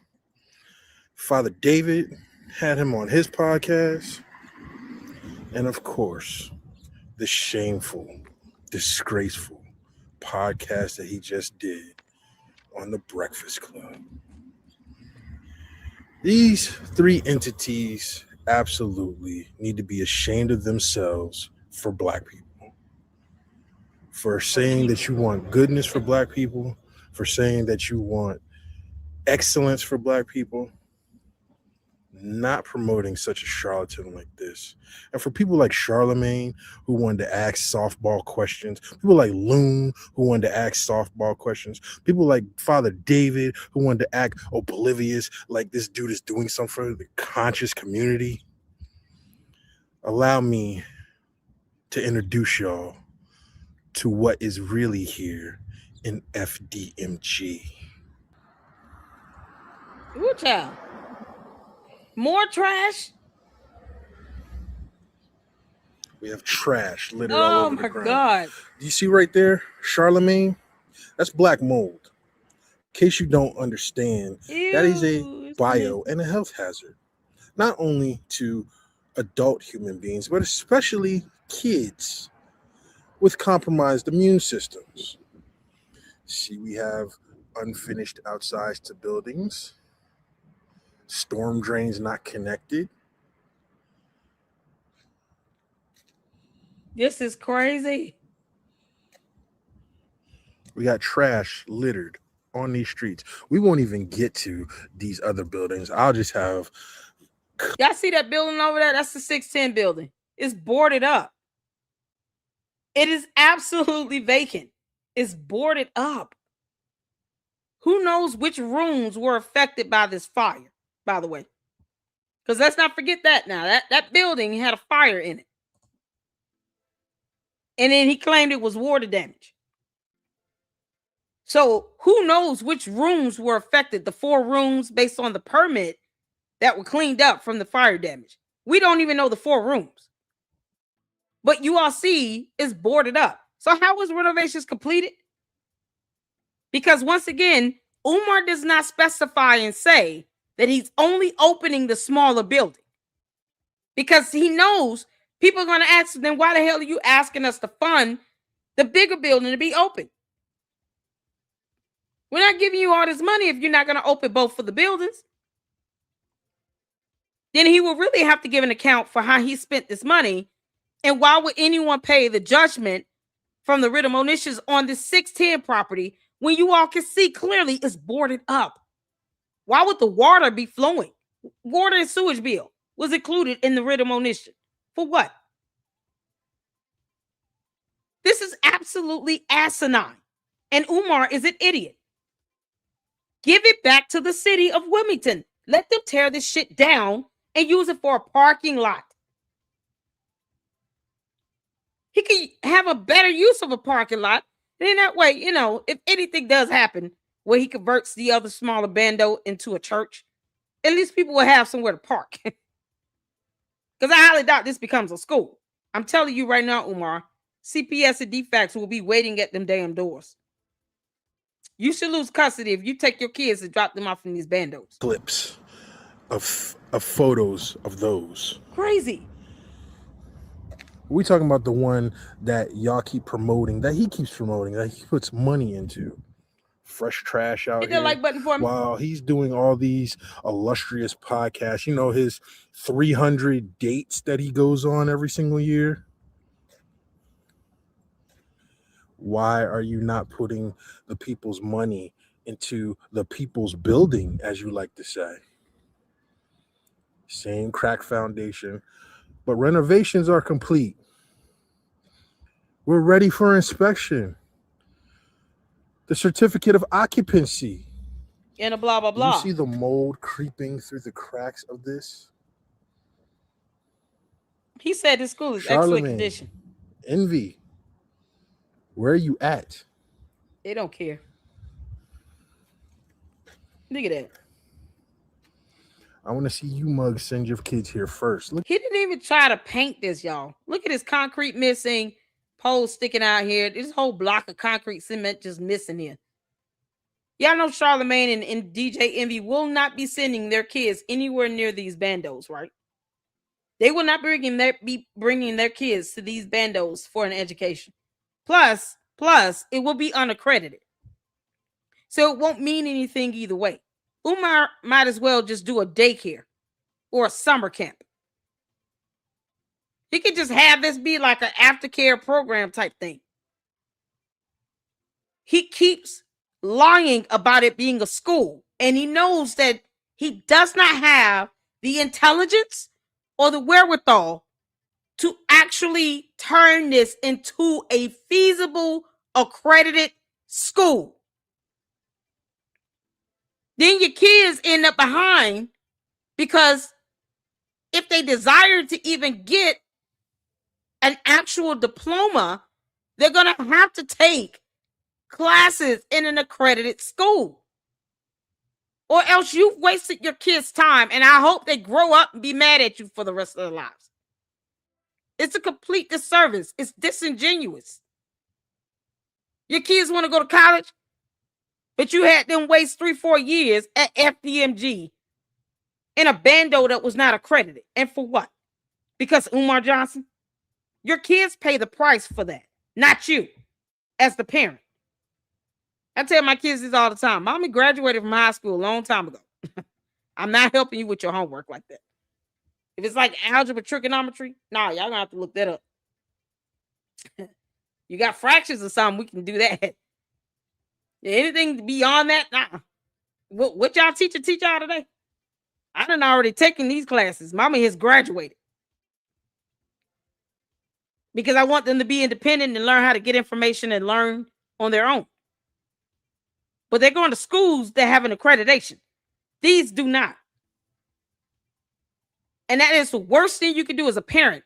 Rob your child of a real education from an accredited school where you're setting them back and they got to start all over again if they take their educational career seriously. If they decide they want to go to college or get a real job. What the hell classes is he going to offer at these bandos again? Yeah, okay. How he's going to pay the teachers and staff? look at this. Craziness. Y'all hit the subscribe button and hit the like button. Hey, Fast Boogie. We got liquor bottles. Look at this. Yeah, this is insane. I was just up here a couple months ago. Sign still isn't cleaned off. It's a biohazard in that bush. Broken bottles. Look at that. Broken bottles. God. Seems like some of the crap that was up here before, somebody picked it up. I don't know if it was moist or not, but More than likely he did. we got other trash here. Yeah, this is insane. More trash. Look at this. Umar, you nasty as hell. You can't gallivant off into the night constantly and not upkeep your grounds and not take care of your buildings. And the Oompa Loompa is out there putting out rock salt 2-3 weeks ago in a little styrofoam cup, but he couldn't pick up the trash. I thought he had those physical security guys out there. Umar, where your security guys at? So you have nobody that's working groundskeeper? Yeah, oh, that's right. He doesn't have staff. Got it. This is the extent of his legacy. Oh, this is crazy. So that's what a real school bus looks like. Ooh, moist. They're going to a real moist. establishment and institution. Look at this. It's Oh my supposed to be a God. safe haven for children. Y'all see the beer bottle glass? New- Y'all see that? It's just all over the ground. Look at that. It's supposed to be a safe haven for children. Gross. Newsflash. Charlemagne, Loon, Father David. That particular bag of trash has been there for at least since I want to say November. I've done video. That same bag of trash. Dear Lord. It is getting ready to be April of 2026. Is that a body in a dog? While I'm down this way, even though I'm going to take pictures of it. This is crazy. Prison back here. Hey, Flossie, how you doing, girl? How you doing, Maxima? This is what we say is opening for black boys. Is that? Buildings full of mold. This is gross. God, this is the 610 building here. All the way up to the tippy top. No, they can't be pressure washed and power washed off. These buildings literally would have to be destroyed, torn down to the ground, new foundation laid, and then built up again. We're talking about millions of dollars in project. Charlemagne, Mr. Bestseller, are you putting the money up? Because you're endorsing him to get likes and clicks on your little radio station. His bullshit Envy, show. are you putting the money up? I'm sure you got money from your various real estate ventures, right? Loon, since you're endorsing him, since that's your boy, you putting the money up? Look at this. Oh, all that is mold and soot on that entire walkway. I want to see any of y'all put y'all children here first. Crazy. Since he's such a pillar to the black community, since he's such an asset to the black community. Boarded up doors. Look at this. Boarded up. All the money he's collected. Since we don't know, since we can't say for sure how much it is, we're wrong. The struggle Steelers are wrong. Fine. Where's the money you have gotten? First of all, Umar, you will never get that much credit out of me. Where is the proof that you bought a building? Hey, the deeds don't have your name on it, pimp. I see a question asked in the chat here because I am going to address this. Hold on. Let me go up because I just, stuff like this is something else to me. It's something else. Okay, you have all this proof. Now what? They shouldn't be opened. What are we missing here? He's scamming. I thought I made it clear a long time ago when I first started reporting on Umar. Now what? He's a scammer. He's a con artist. Anyone that takes kids to these bandos should lose custody. That's what. The whole point is to point out the lies that he tells. He's not even opening the bigger building, the one that's boarded up.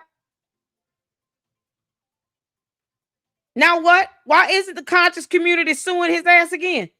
At the very least, they could get discovery and be creative. They'd rather be bedazzled by charts and graphs, Marianne. Because, they were so colorful and so detailed. We've never laid eyes on these charts and graphs, and Marianne is an inveterate liar.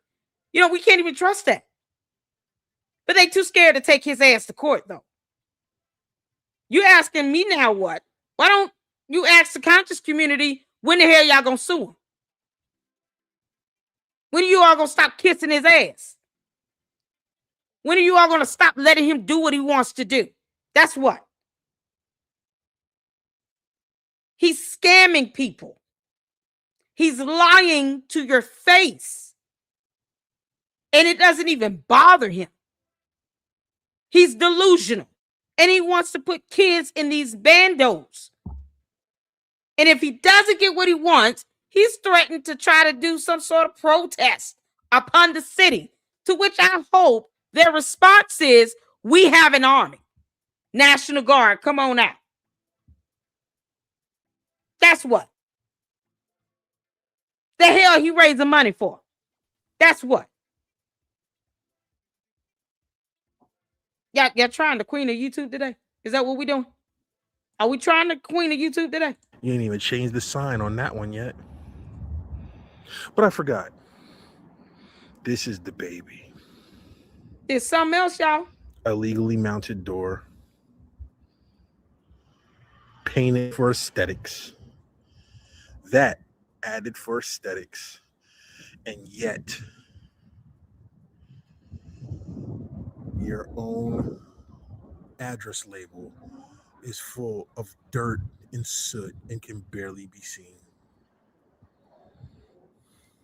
Let's not forget the illegal windows here. They're two-way mirrors. Umar, do you really think that a person in their right frame of mind would want to be in a building where they can't even see outside? You can't see inside the building.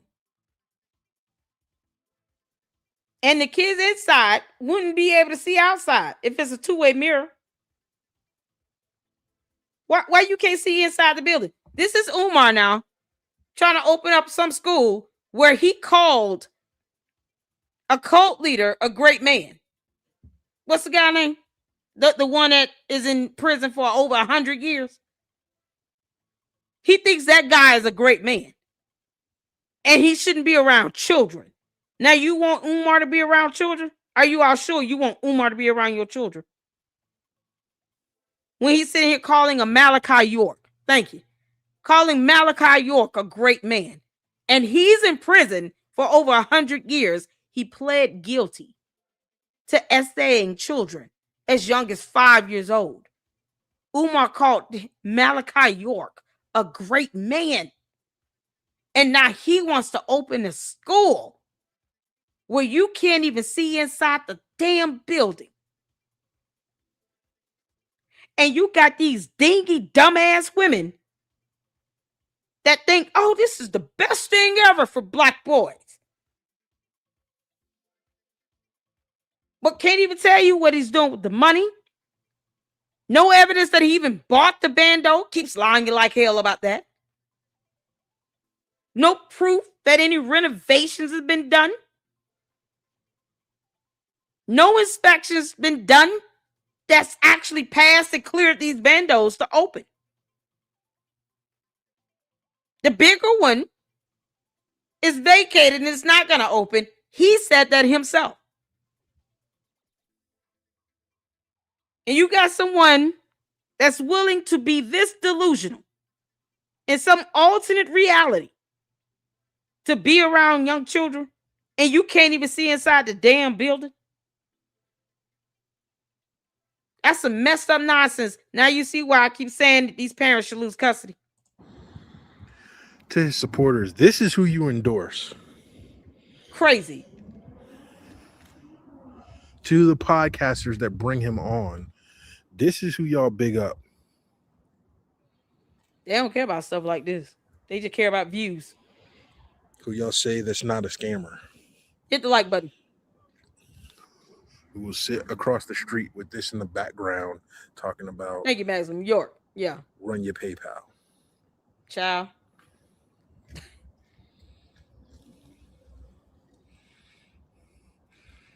When I pulled up, I got out my car and there was a couple groups of kids, group of girls and group of boys. I asked them both, you guys going to FDMG when Umar gets their school built? They were like, no. Can't make this stuff up, man. The boys didn't even know what I was talking about. The girls were like, no. Hey, Coco. I go somewhere else. Happily. So where's all this my fandom and my notoriety is going to draw kids in. Again, I've said it before and I'll say it again. The city of Wilmington doesn't even know your name. They don't know you exist, which is why you haven't went into any of these city entities. You don't even see him at City Hall meetings. Moist. Every time you go live, every time you podcast, every time you have something to say about these buildings, I'm going to live. I'm going to video. I'm going to get back to the people what's really out there and what's really real. Because if these punk behind podcasters won't do it for the sake of their wallets, I'll do it for the sake of the people and their money. This is Enterprise Entertainment. Enterprise Entertainment. I'm going to continue to expose. I'm going to continue to talk. Keep at it. We out. Y'all, you can't make this up. Shout out to Enterprise Entertainment. Shout out to them.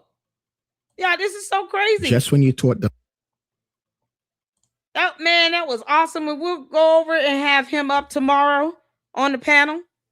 But yeah, Enterprise Entertainment. Hold on. I wanted to see that first. Yeah, because Umar is out here talking about $250,000 missing in donation. So he gave one amount of $750, even though he has no receipts to prove that he bought the buildings, because K-12 management bought the buildings. But he has no receipts that he bought anything. And we could go on the city's website to see how much was paid for the bandos. Yeah, because we I showed you all the D's. You just can't make this dumb stuff up. Umar, you lie like hell, and it's so stupid. Your lies are dumb. You understand how dumb you lie when the city website reflects how much was paid for the two bandos when K-12 management bought them, not you. And you are not K-12 management, Umar. That's a whole different company. So you didn't buy shit. K-12 management bought the bandos. And not one receipt to prove that he's even financing anything to pay them back. None of that. Nothing. Now I understand why I won't give him credit for this crap. He needs to prove it. He needs to show receipts, show transactions, show documentation and evidence. People just believe what he says when he's giving 2 and 3 different amounts. Y'all, shout out. This is to Street Media TV. Make sure you go check them out. We're going to check this out. I know someone, was it other Poetic Flacco? I'm not pulling his video up. Umar Johnson, the last time he was on the Breakfast Club, vowed to never return to the Breakfast Club until after the school was finished, after all the renovations and everything else in the school was finished. So now that the school was finished, he makes his return to the Breakfast Club. Now, mind you, he's been collecting money since 1619, right? Listen, he came over here on his ship from Africa, right through Chesapeake in Virginia in 1619, and he started collecting money. And all the people that was with him, they done died off now, but Umar is still here. He's still going strong. He's still promising to open up that school, right? It was once he was saying he's going to open it up on Plymouth Rock, but now he's opening it up in Delaware, right? And he's been collecting money for centuries. And now he says the school is ready, right? So he was back on the Breakfast Club talking to Charlemagne. And remember, he's talking to Charlemagne, who is the great grandson of the original Charlemagne that he started collecting money from in 1619. The Charlemagne's family was the first people to give him a donation to his school when he first came here on his ship in Virginia, right? So now they're having this conversation. This is what they say. Frederick Douglass's birthday, we completed the renovations at FDMG, so we completely done. We just school is done. School is done. Congratulations. We're just trying to get an inspection now. You know what I find interesting, Dr. Umar? People would like to say you a scammer, right? And I say Dr. Umar has the school. The school is I don't mind the He does not have the school, Charlemagne, because you can't read. You could have went on the city website. You could have looked at the deeds for the properties. You will see he didn't even buy them. One of them is completely vacated. They're both still sitting on the vacant property list for the city of Wilmington. You can't make it up. I implore all of you to go to the city's website and pull up the Excel spreadsheet that I pulled up earlier. They're both sitting on the vacant property list as of this year, 2026. He owes vacant property registration fees for both of the bandos. But he said himself, the agenda was to only open the smaller building. And Charlemagne didn't bother to do his homework and at least watch a video and pull anything up on the city's website. He's an idiot and an effing moron. I've seen the renovations. The school is there. They can't say you didn't use the money for 7 years. Buy the building, to renovate it, and all of that type of stuff. But So they've been letting Umar get away with this foolishness for a long time. Now remember, right? In 2019, he said he bought the school for $400K, right? But he also told Charlemagne, the great grandson of the other Charlemagne, the original Charlemagne, that in 2015 he raised $500,000, right? Yeah, but we're talking about my fundraiser for the school, right? Yeah. Okay. Let's say one of these, and I hope they do write a check. You know what I mean? These Macklemore comes to you and says, I'm going to give you $2 million, and I got 500 gay kids that I want to enroll in your school, Dr. Umar. What do you do? You're going to have to put that check in another name. Give me that $2 million. But no, seriously, if you want to donate to the fundraiser, you go to GoFundMe.com/Dr. Umar, GoFundMe.com/DRUMAR. Now, when you look on the GoFundMe, we only raised 160, but most of my donations have been mail-in checks and money orders. People don't trust the internet. GoFundMe. So, but we raised $500,000 in a year. That's great. But the problem with that, if we only raising $500,000 a year in a school, He said he raised $500,000 a year. That's $500,000 because Umar doesn't know his numbers. cost $2 million. Yeah, about 4 years. Thank you. That school ain't gonna be around in 4 years. That, yeah. So I need a check. Mm-hmm. I need a check. I need Jay-Z. I need that check. Puff, I know you're listening, Puff. Oh yeah, all my rappers on the out Vote there. TV right now. Why are you trying to get it from people in Hollywood again? Because they're not sending their kids to that. Why are they gonna give you money for some bullshit and they're not even sending their own kids to this? Same thing with Charlemagne and Mark Lamont and all them other clowns that kiss your ass. They will never send their kids to FDMG anything. They don't even care what the name of it is. Charlemagne sitting here talking about you got schools. No, he has vacant properties, you dumbass. Good grief, that dude is stupid. I need that check. It's gonna be hard. And we tax exempt, so they can write it off on their taxes. Help me get this school so we can give our boys a new reality. The part I don't understand. You don't even have a tax document. Charlemagne, well, I do understand because I told y'all who Charlemagne is and who Umar Johnson is, right? Y'all all being played, but he can come on this show and he don't get no pushback. Because Charlemagne gets pushback, you know, to a lot of black people that comes on the show. He says a lot of off the wall stuff. But when it comes to this Umar Johnson, Umar been promising a school for 10,000 years, and he ain't got a school. He said he collected $500K in 2015 in 1 year. So in the last 11 years, how much money has he collected? He's collected thousands. And it's been quiet. I don't know, for the life of me, man. Like, this thing gets real goofy. It's real crazy, and I don't know, man. I really don't know. Because he could just say and do whatever he want to do when he come on the Breakfast Club. I'm glad we went the way that we went. It's the first school in American history built exclusively by donations from African people from around the world. Every single continent, nearly every country donated to FDMG. So what are you going to be opening the doors where students can start? Well, we got to get a certificate of occupancy. I can't answer that. You feel me? That see, it's always something holding me. If we had it right now, I'm confident we can start August, not this year because you only got a few months, but of 2027. You feel me? But the question becomes, here we go again. We're completely done. How long before you give us our paper so we can start planning for the children? And I can't answer. So, you know, we watching these clips from the past because, you know, he would come to the Breakfast Club for years and talk about the school being open. Now, mind you, he made a couple weeks ago, he said the renovations was done, the school was going to be open, but we haven't seen anything. He hasn't been. Umar, what are permits to show that renovations have been done and a permit for an inspection, let alone an inspection report? Because you know this has to be inspected in order for it to be open for you to get that certificate of occupancy. You need a permit to start off with. You're not even opening the bigger building. So when you say the school is done, you don't clarify that you only mean the smaller building. He never clarifies that. And yet, somebody paid a judgment from a writ of monition on the bigger building that he never intended to open. Think about that for a second.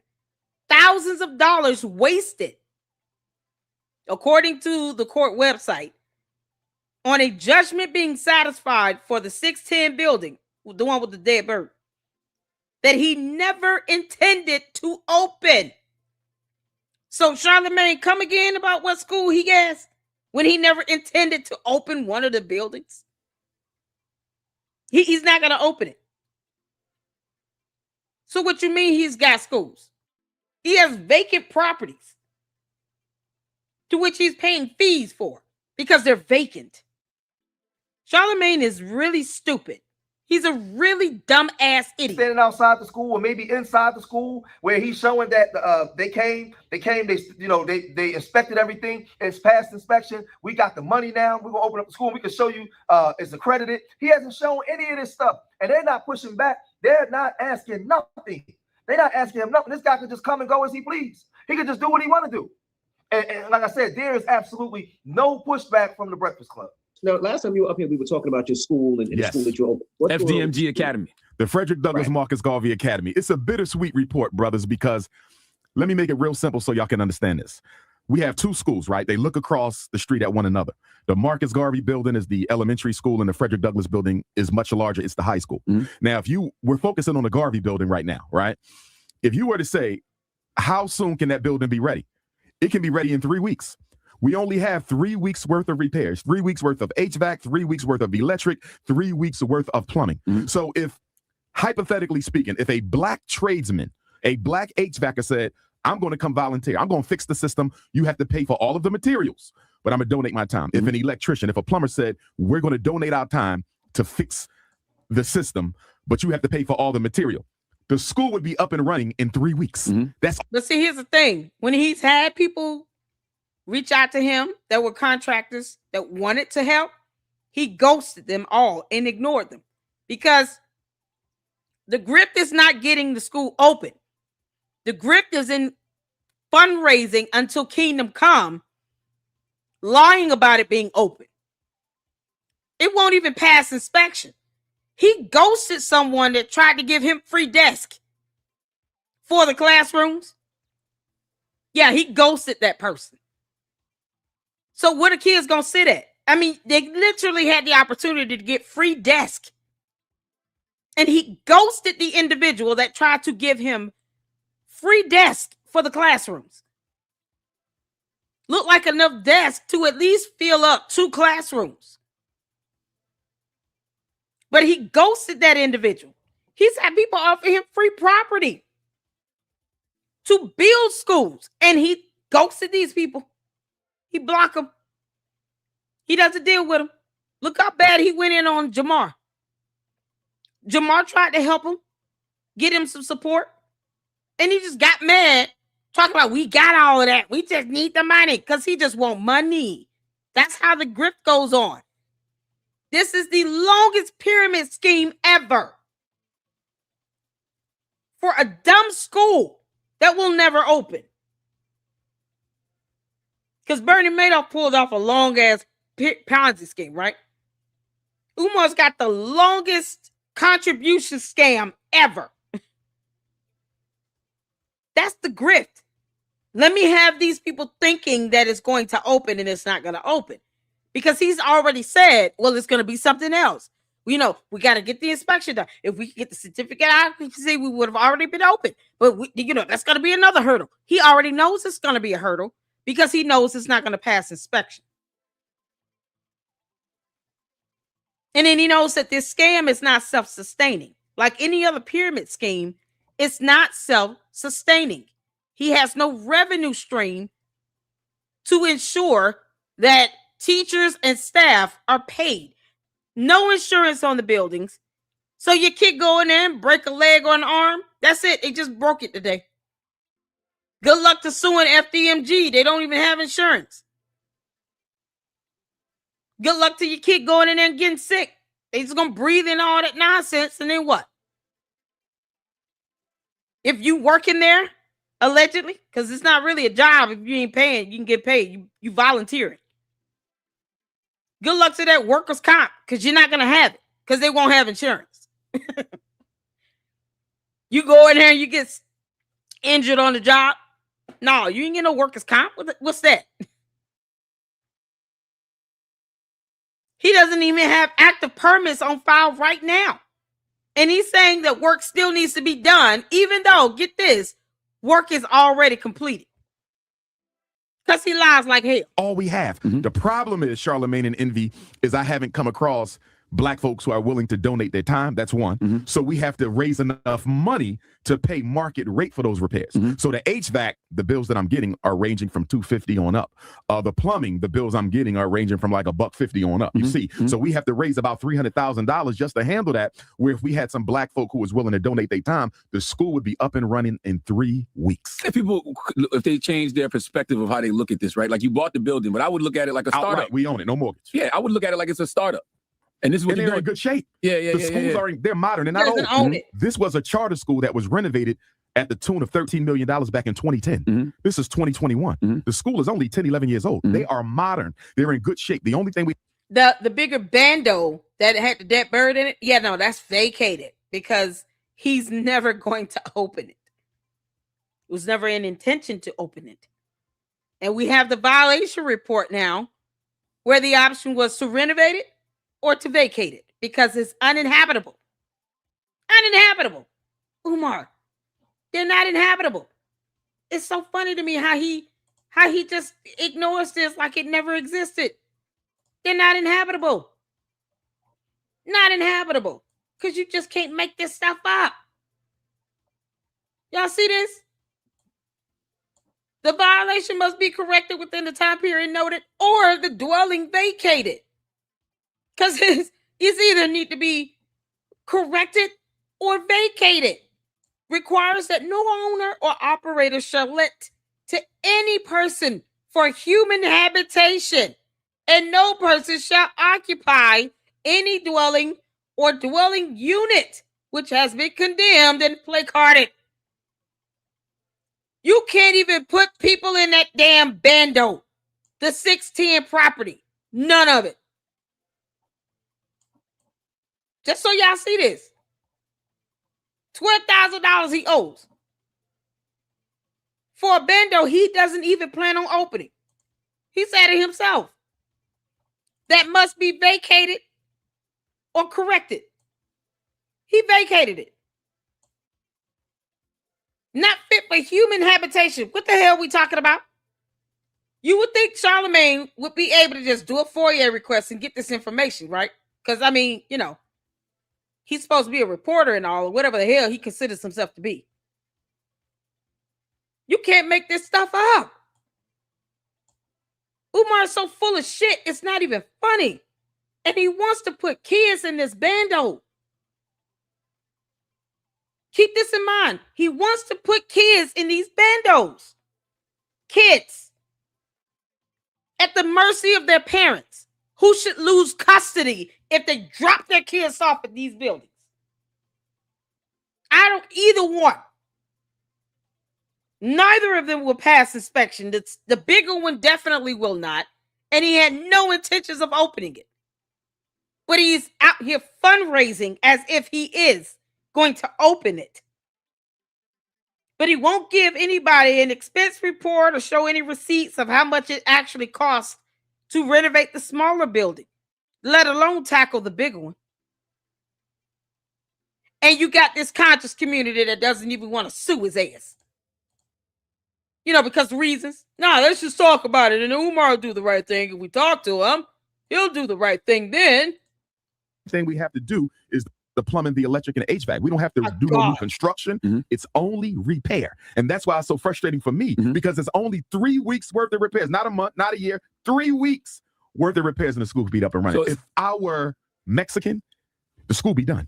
If I were Chinese, the school be done. If I was East Indian, if I was Arab, if I was European Jew, if I was Italian, the school be done. It's only because it's us that we don't take something like this as serious. So it's like raising money in another round for a startup company.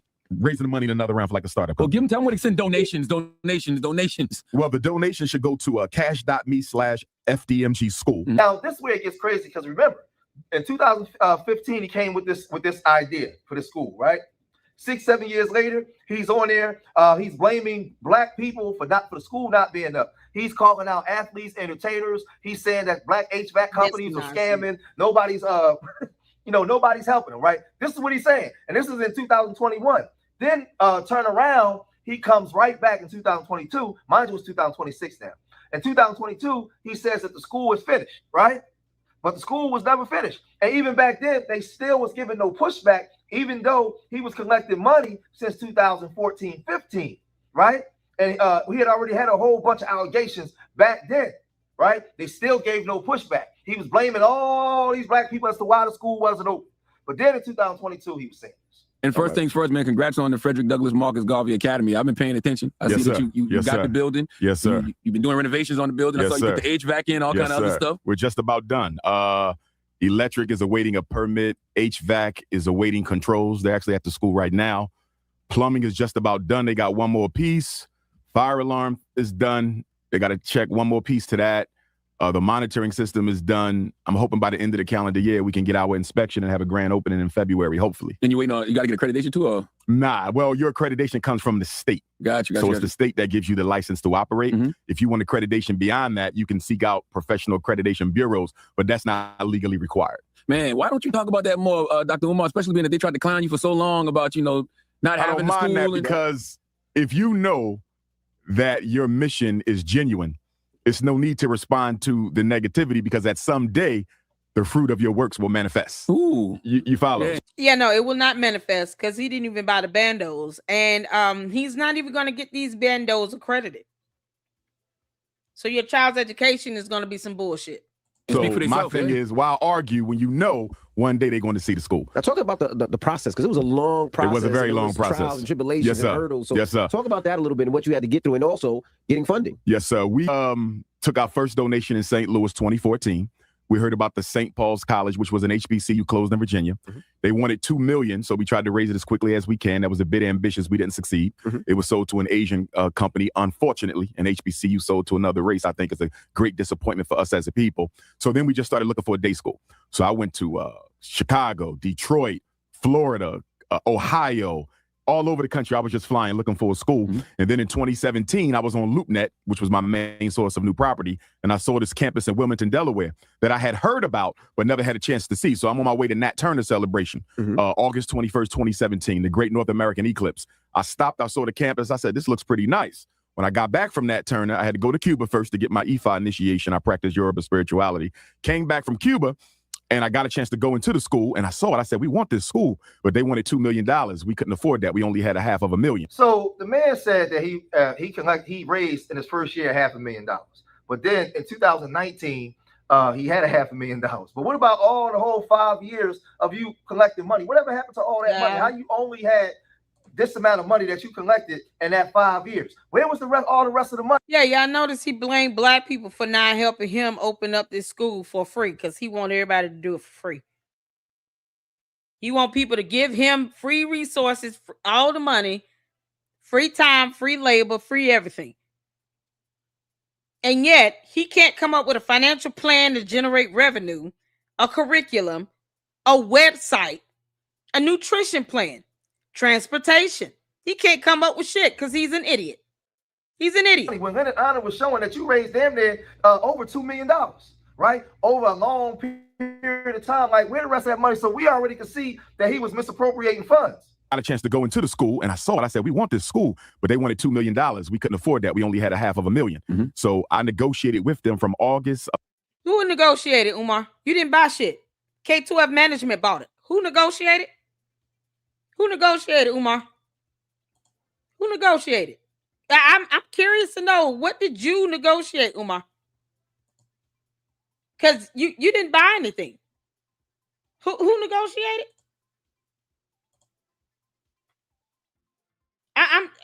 Remind me again, Umar. Who negotiated? Because not you. I'm sorry, you work for K-12? Delaware RELLC? Is that because you didn't negotiate anything? K-12 bought the bandos. What did you do? You won't even give yourself a salary or list yourself as CEO on the tax documents. You have yourself listed as director.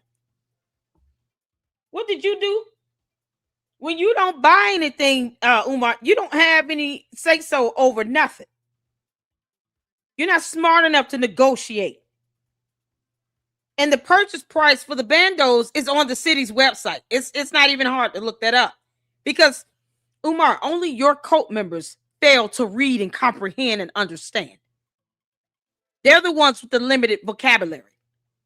The rest of us will just research this information and just go out and look for proof to debunk you. You the one that choose to lie like hell. What did you negotiate, Umar? Your name's not on here.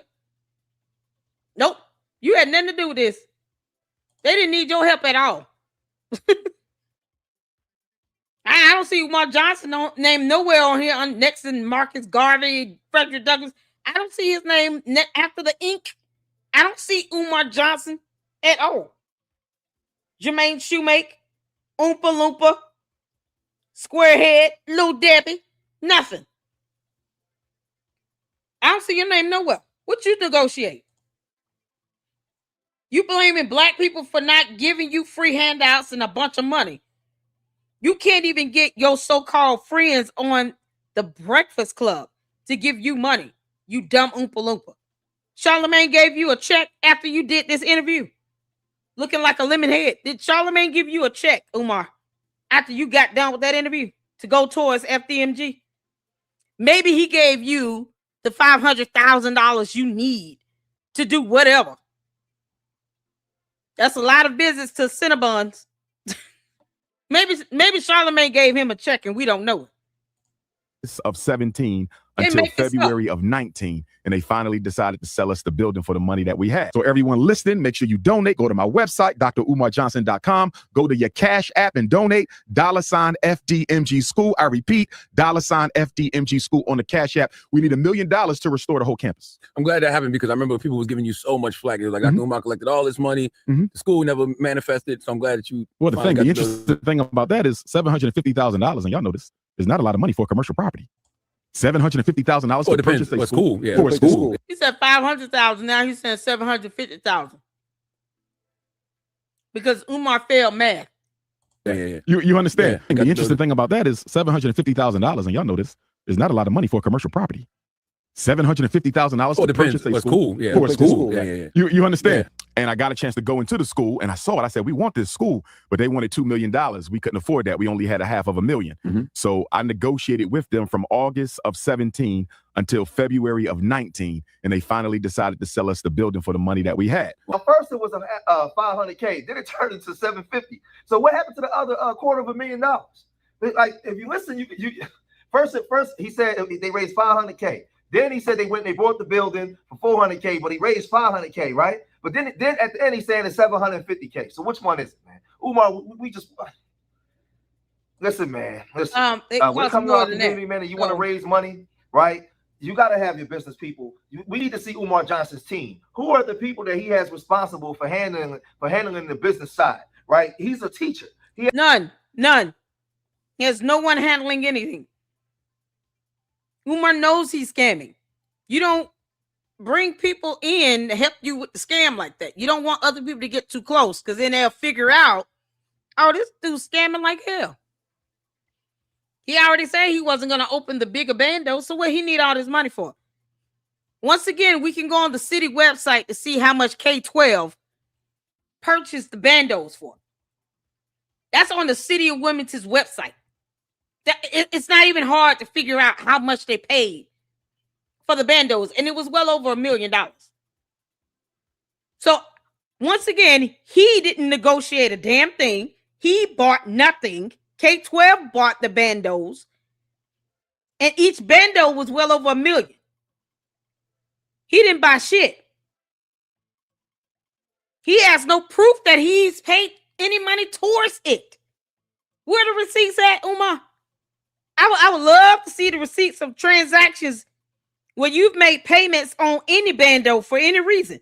Why would you buy the second building if you had no intentions of even opening?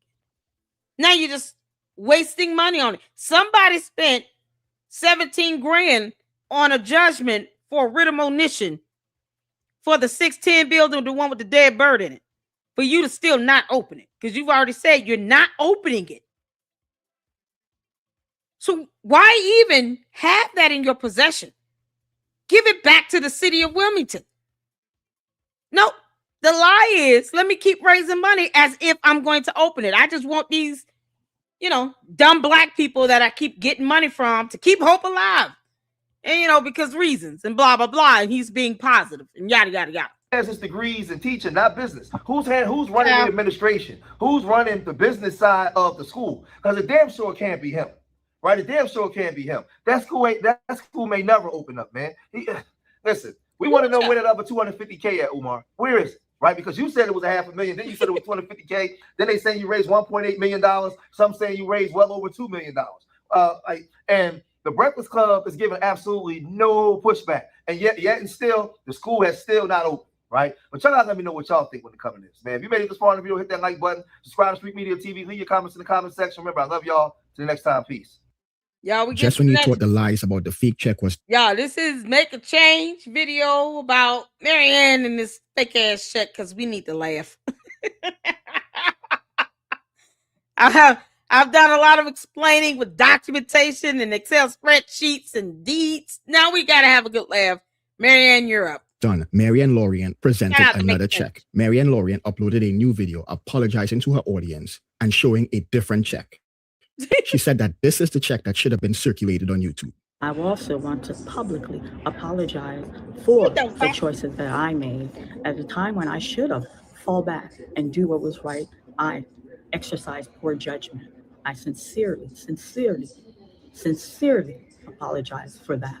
I should have let my integrity kicked in. I should have let my better judgment, my faith kicked in. But unfortunately, that's not what happened. I can't unwind Father Time's hand. I can't undo what's already been done. But I can reassure you, moving forward, what took place will never happen again. You guys have trusted me. You guys have tuned in and looked at me. You guys have been entertained by me. You guys have formed a bond with me, and I had a connection with my channel member. When I made those t-shirts, it was mind-boggling, the response that I got from each and every one of you. And I am sincerely remorseful what took place. That check that circulated on YouTube, I should have stepped in and did the right thing at the time when I had the opportunity to. I didn't. This is the check that should have circulated on YouTube. But unfortunately, that isn't the check that circulated on YouTube. Interesting, because this check is for the same amount as the fake check. And what's the point of blocking out the date? So this is supposed to be the real check, the one that was deposited and cleared. After a check is deposited, if you logged into your bank account and printed out a copy, or had the bank print you a copy, it wouldn't look like that. The printout would typically have the front and the back of the check on one sheet. If you ever had a deposited check printed out, you know what I mean. If not, here's a perfect example. Here's another example. Also, when the check is deposited at the bank and scanned into their system, there is some degradation in the image quality. The edges of the text is no longer smooth or sharp. This occurs because when the check is deposited, there is a color conversion process that takes place through software that removes the color to boost the contrast, which allows the automated system to read handwritten numbers and text with greater accuracy. It creates what's called a bitonal image. Any pixel below. Oh, I love this so much. Y'all see this? He breaking it down on how the check changes colors. Lord have mercy. Marianne, I hope you learned something, because you didn't look any of this up before you went out and lied like hell. You just like Umar. And she's the one now, get this, that doesn't want to sue him, because the conscious community, blah, blah, blah. Girl, you didn't look any of this up. Oh, well done, Make a Change. A certain brightness is converted to pure black, and any pixel above a certain brightness is converted to pure white. Here's another example of the process. There's no shading. Each pixel is either 100% black or 100% white. Now, with some banks, if you deposit a check via their mobile app, the image of the check that's customer facing, meaning if you log into your account and pull up a copy of the check, you will see the check in its original state. You will see a color copy. But that's not even applicable in this situation because Marianne said she deposited the check at the bank. So what's the deal with the check? Is it fake? When you look at this new check Marianne presented and compare it to a check that has been deposited and gone through the process we just discussed, there are some distinct differences. The degradation in the image quality is not present. The edges of the text is still smooth and sharp. Also, we don't see the pure black. If we look at the handwritten text, we see shading. This is more consistent with a document that has been created with a copier or a scanner. While some scanners and copiers have a bit tonal option, it's not a default setting. Also, this setting is not commonly utilized for daily copies and scans. So is the check real in the sense that it was taken out of a checkbook? Most likely her own checkbook, which is why she blocked out the name. And that's where it stops. This check has nothing to do with Umar Johnson. I believe she took one of her own checks, wrote that amount on it, made a copy, and tried to present it as the check that was cashed. This is Hello, how many people said that? How many of us said that? Y'all, Rum said it. Who else said it? I've said that. I think Mind Chaos. How many of y'all hit the 4 if you said that Marianne wrote this check? I think Rim was the first person I heard say that. Marianne wrote this check out of her own account. Like she created a bank account and then she got checks, had to wait till they came, and then just wrote herself a check to cash and just took a picture of it, knowing damn well she wasn't going to deposit it or anything. Y'all, this is crazy. Marianne, you tried to fool people like you keep trying to play in people's faces, and then you have the audacity to insult our intelligence when your ass refuses to read an information on what checks look like when they're cashed. You know, that's a Google search. You don't need to be a rocket scientist to do what he just did. This information he pulled up, you don't have to get a master's degree to understand this. It's called reading, Marianne. It's fundamental. It is not our fault, Marianne Lorient, if you cannot comprehend and understand words that have more than 3 syllables. But I suggest you start, sitting down at night before you go to bed. Take 10, 15 minutes to read a book. Don't sit here and worry about what we're saying in our videos. You need to start reading a book, girl. This is a Google search.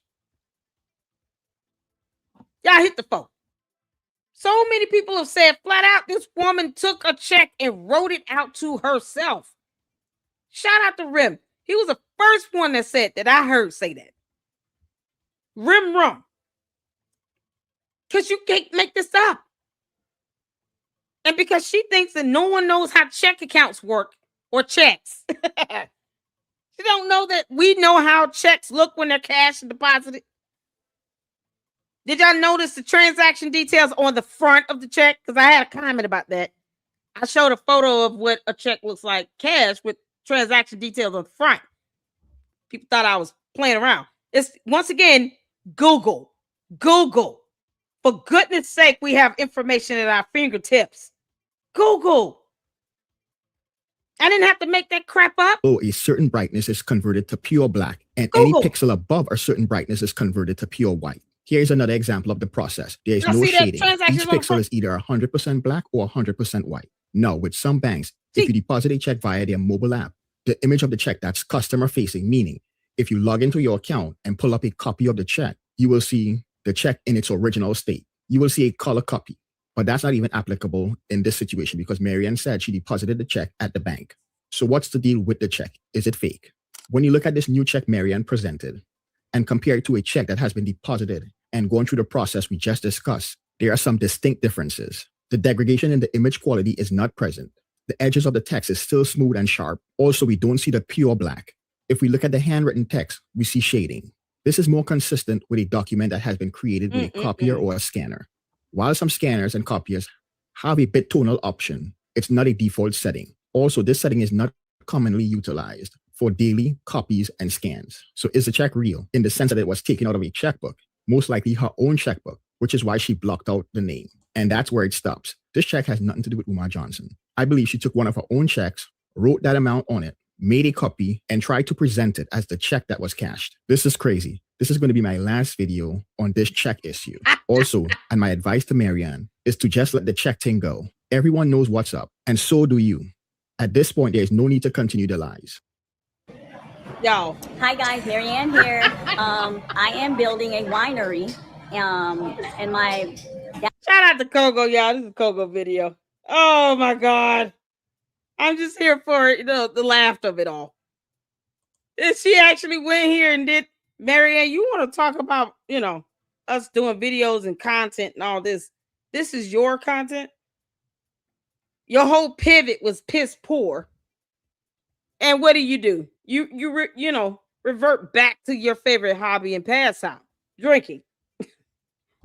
Yeah, we just gotta get some alcohol in. downstairs basement underneath the stairs. It's gonna have climate control. I'm already penciling by the contractor. So today I took a trip to start building bottles for my winery. I did sign up in California for 2 bottles per month, and I'm signing here at a local winery where I'll get 2 bottles also a month. So I'm gonna have her explain to us the process.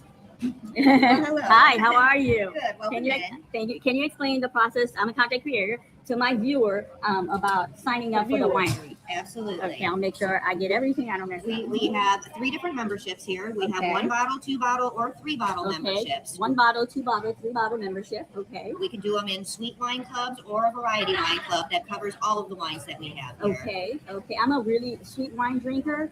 But even though I'm building the winery, I'm going to go with the sweet wine. And that's a good start. And then maybe are you allowed to change it later on? Every single thing with this club is so simple to work with. Okay. Changes can be done instantly. Vacation holds can be put on it. There's wonderful. no cancellation fees. There's no startup fees. Nice. There's nothing like that. Okay, that sounds good. It is the world's largest wine club. Okay, the world's largest wine club. So I'm going to go ahead. Do I get to sample anything today? I can give you a couple samples right now. That'd be nice. And then I'll get to pick 2 different wine bottles. Like Okay. Yeah. So if you'd like to look at the backside here where we have our sweet wine listed here, if you want to try a couple samples, I know. which bottle you'd like to take So home this with is you. the list to pick which bottle. Marianne, I'm gonna tell you right now. If you are out here drinking and driving, I'm gonna report your ass, and then I'm gonna sleep peacefully. You don't understand. It's not even safe for you to be behind the wheel of a car, and we're watching you guzzle down all this damn wine, which is still a form of alcohol. You can get drunk on wine. You know that, right? When you get a breathalyzer test, it's not a different reading for wine versus golden grain. Alcohol is alcohol. You're drinking alcohol in these videos, and then you're driving a car. And you can't just say, I'm not drunk, because we can't prove that. Not just by looking at you, what you might sound and look like is drunk more so than sober.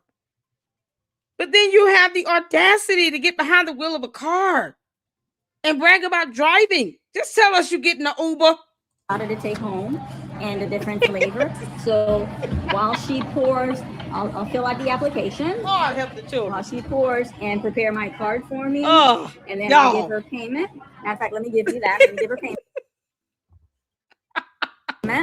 To get that out of the way. Coco is awesome. As I fill. So I'm filling it out. And so the way it works, the one in California, the wine bottles are going to be shipped and delivered to me. But here, because they're local, I'll be picking them up. Okay, here you are. And you have my credit card.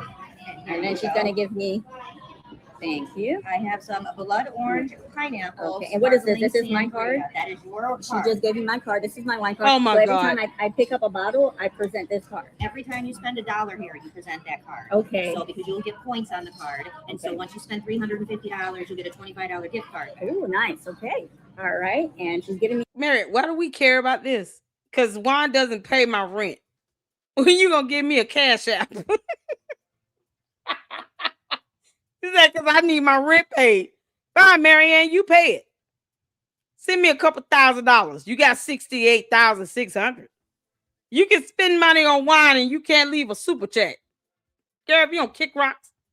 Back my credit card. She ran it. Oops. I don't have to show my credit card. And make this up. Put this in my wallet. Sorry, guys. I'm working with one hand. And do you need the card again? I can put this away. Oh my God. This is my wine card. She has all my information. I filled She it gonna out. get pulled over. And this is the first taste. Now, what is this? Pineapple? This is a blood orange pineapple sparkling sangria. Okay, blood orange, pineapple, sangria. Let's taste that.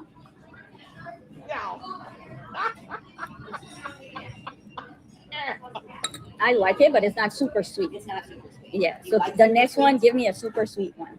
But I think for my guests, this would be nice. It gives you that fruity taste, but it's not super sweet. I'm a very sweet wine drinker. Marianne, it's wine. It's not Kool-Aid. You understand? We're not talking about Kool-Aid. Y'all, what you think she drinking? Y'all. White sangria. I love sangria. So, okay, this is a white sangria. That Let's is the taste size of that. the pour, so you get 8 of those at each tasting. Ooh, 8 of those each tasting. I don't think I'm going to taste too many, guys. I got to drive back home. Now, this one I like. This one is this the sweetest? I really like this one. This one's nice. This one I love. This one, I taste the fruit, but it's not super sweet. I'm going to taste a third one and then make a decision for 2 bottles tonight, guys. So every month, I would get a bottle here, and then, 2 bottles. I signed for, every month, I would get 2 bottles here, and then 2 bottles over there. So by the time I'm penciled in, my construction work starts, I think the last Monday in June. So by the time my winery is completed, I'll already have some bottles to put in place. So she's going to let me taste a third one. What is this? Oh. This is called our Romance Red. Romance Red. Let's try this. Romance Red. Nah, I think these 2 are it. This is good. Yeah. Mm-hmm. So the Romance Red and the White Sangria. Okay, I like the white sangria. Go. Good. I'm excited, guys. So also they have little knickknack while she get my bottles ready for me. I already paid for it. I can't believe this. Listen, Marianne, we gonna report your ass for drinking and driving. I'm not playing with you. What is the matter with you? They didn't take the keys from her at all. She already shaking the phone. Y'all, the camera's just leaning over to the left. Where you going? Ready for me? They have stuff that you can buy for your bar because my bar is off the wine. It's going to be off the wine cellar. So they have something like that. I don't think I'm getting anything today, but I already. Y'all look at the camera too. This is a nice piece. If you're having a party, I don't know if you guys can see it. That'll probably be something I invest in. And they have nice wine bottle. They have nice. Girl.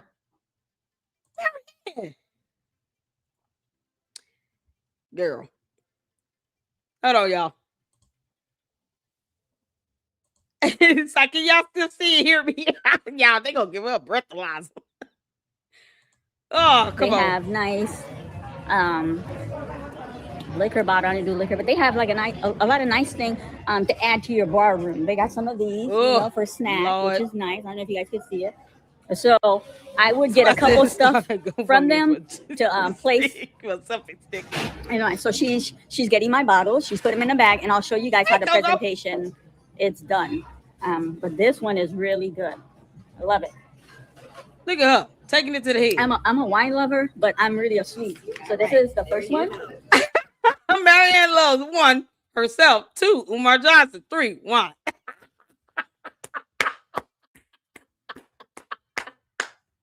Yo, shout out to Coco. Oh, this is so funny. Oh, both of them are in there. So they put them in a bag for you. Both bottles are in there. It's so true. This is the red one. Look, y'all. And this is Friday the night. White one. Look, y'all. We wrapped it. So I will do a video to show you guys the before space and then the after. So that's my little summer project, I think, which would be great. And if you guys are interested, now you guys know the process and you know where to come. If there's one, come see Sherry. Thank you, Sherry. But y'all want to see it? Listen, Marianne, you want to sit here and talk about somebody paying rent and you should be able to talk about. I can talk about what the hell I want to talk about. Do you understand me, you miscreant? And yet you're drinking and driving. We don't know if you're not, inebriated. Only the police can determine that with a breathalyzer. Determining if you should be behind the wheel of a car. How many lives you out here putting in danger by driving after this? Y'all, this is not the first time we've seen this old drunkard take a shot or two or a glass or a wine or anything.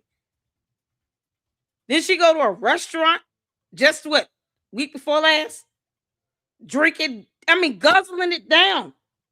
She didn't even breathe in between. She's like, I need this. I deserve this. I need this. Oh, okay. Yeah, well, we need to find out where you at so we can get the cops over there. Man, keep on with me, girl. So I hope you guys enjoy this video. I think drinking it because that would be great for my bar. Oh yeah.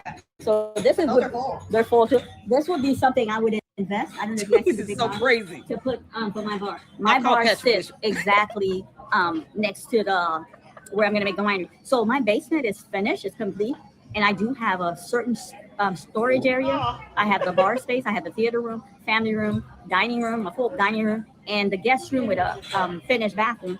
So that closet is like idle space. And then I did go to someone's house. They had a beautiful winery. So mine will be a lot smaller, but I think, to make that space useful, and it's a great idea. So I'm really excited. And like I said, I will make a video to show you guys that space before and to show you guys that space afterward. I hope you guys enjoyed this. No, drink and drive little video to show you a glimpse of Mary Ann's life. All right. Good night. Bye. Girl, bye. Y'all, listen. She wanted to sit here and do this. We gonna laugh at you. I told you, girl. I was going in on you all week. Next time you think about somebody saying they want to get their rent paid, just say my name. Marianne, why don't you pay my rent? Candace can pay it too. I don't give a damn. Yeah, so let's listen to Ye Old Drunkard part 2. Good morning. Mary Ann's here. I wanted to bring my perspective on the latest interview that Umar Johnson did on The Breakfast Club. Now, I'm not going to pull up any other slide or bring you any sound bite. On my page, I don't really do all this hoop-de-doop. But before I give you my perspective, I want to share something with my channel member. I had taken the time to reach out to Angela Yee, me, Marianne Lorient, and I shared something with her that took place with Dr. Umar and a member on The Breakfast Club. This is before anything was signed. Factual. Now, this platform, what are they known for? You give them an information and they covers the story. Nothing became of that. Huh? So be it. So now, getting to my perspective. Hold on. Why did you call Angela Yee? Angela Yee is not on The Breakfast Club, is she? Is she gone? What would you call Angela Yee for, Marianne? Because I have many questions with that. How can you prove that you contacted someone who's no longer employed with The Breakfast Club? Where's the receipts at? Thank you, Coco. I kind of figured that. Miss Coco said, yeah, she's gone. Identity with her said she's gone. Why would you contact somebody that no longer works with The Breakfast Club? What you want her to do? Doesn't she have her own show? You know what's so funny? We're calling Umar a scammer. You claim you had the opportunity to sue his ass in a class action, and somehow you allowed charts and graphs to deter you from that. Because you still could have sued him on your own. But no, the conscious community outvoted you and blah, blah, blah, and pictures and graphs and blah, blah, blah. And we're back where we started. While you drinking alcohol and wine all over the place. What the hell did you contact Angela Yee for? Like, to do what exactly? Where's the evidence of that? Because, we can't trust nothing you say. Umar Johnson stood in front of us, in front of those schools that he purchased with donors' money, a gift to Black women, February 13th, that all renovation was completed. FDMG's coming. He sits on this platform, and now he's pushing a date for 2027. How do we get there? So for me, as of now, Umar Johnson is no longer the focal point. I see him as a clown on the stage. The question I want to ask you all, when we look at The Breakfast Club, who is the corporate power behind The Breakfast Club, and what agenda are they really pushing? That's the question. They are platforming someone in our community who is extracting money from us. and not providing anything. Someone who is a cancer within our community. Now, just because we look at Charlemagne the Guy, we look at DJ Envy, we can relate to these people. They're our employees. They're employees like you and I. They go to a place of business, they give their time and labor, and they are paid just like you and I. Yeah, they don't run it. No. I thought you said we didn't have any comprehension or understanding. We're doing nothing. We don't have any business about ourselves and blah, blah, blah. Didn't you say that about us? For some reason, you figure you just insult our intelligence even the more. No, the question is, why did you contact someone that is no longer employed with the Breakfast Club? And where is your evidence of that? What exactly do you want Angela Yee to do? Because you won't go to the conscious community, do a live stream, and then tell those people, y'all need to stop playing around with this bullshit. He's playing in our face, and we should not be afraid to sue him. Like, why can't you say that to your conscious community? While you sit here and talk about polite being a good person. Why you can't do that? That would help out a lot, Marianne, if you actually told your conscious community that keeps funding Umar's dumbass to stop giving them money. And yet it's still, you get mad because someone says something that you don't like, even though you could have had the opportunity to put Umar in check with a lawsuit, and you refuse to do it. It's so crazy. The options that they have available to put Umar in line, these tig old biddies don't want to do it. You got it. The Umar Tardy Geriatrics Club refuses to hold him accountable. Opportunities where they could call the cops or fire department or police, paramedics, and actually have a report filed against his ass. Nope. We're looking out for him. Opportunity where you can sue him or countersue. Nope. They want us to just talk to him, because he's so positive for the community. He put out chart and graph. It was pretty colors. It's so bright. Oh, no. But yet, we tell her flat out, you're lying, produce evidence. We can't comprehend and understand them. Come on, clown. They don't own it. They don't really have any decision power when it comes to the Breakfast Club. So we need to ask ourselves, what are we really supporting? Because when you tune into them, what are we really supporting? Back in the days, yes, they hanged you, or they'll set a bomb at a church, or they'll destroy Black Wall Street. People has evolved. They will come and destroy you and put people in front of you that look like you, and you don't even understand what's happening. What is really going on? I just had an interview. It took me nearly 5 months to get penciled in to sit down with the deputy chief of Wilmington. I asked the man, I kept the interview very clear and very basic. If renovation is complete, what time frame does one look at to get an occupancy certificate? The man told you, please go back and look at the interview. 30 days. It is a people-driven effort when you get to that stage. How do we go from February 14 and he's pushing us to 2027? It makes no sense. The question is the power structure, that platform a guy like Umar Johnson, what are their agenda? When we support by turning on, what are we supporting? That's the true question. And that merge the Breakfast Club did with Netflix. I'm just crossing my arm, sitting back and look. It's not a really rooted merge, in my opinion. Let's see how far this marriage lasts between Netflix and the Breakfast Club. Now, where I come from, we don't do a lot of talking. We're doers, action. I've reached out to three key individuals to bring this Umar dilemma to their attention. Now, there's no need to drop names. People are busy. And when you make a request, it takes time for them to look into it, to do their research, to do review, and to get back. So I'm going to give them time. I'm going to be patient, but I'm persistent. There will be follow-up. Now, these three individuals, like I said, I'm not dropping names. When something goes down in our nation, those are the faces that we see that are supporting Black people, that are championing for Black people. We have a problem. Umar Johnson has become a problem within our community. So let's see how they handle this. Again, Like I said, this man You got on gonna the get hold on. You gonna give 3 people time to do something that they haven't done in 15 years? Umar's been saying that he's gonna open a school for 14, 15 years in fundraising. So why do they need more time to still do nothing? You don't want to name drop. We just want proof that you reached out to somebody. He's been raising money for 2 bandos in the city of Wilmington since 2019. It is the year of our Lord 2026. 7 years has it been where nothing has happened.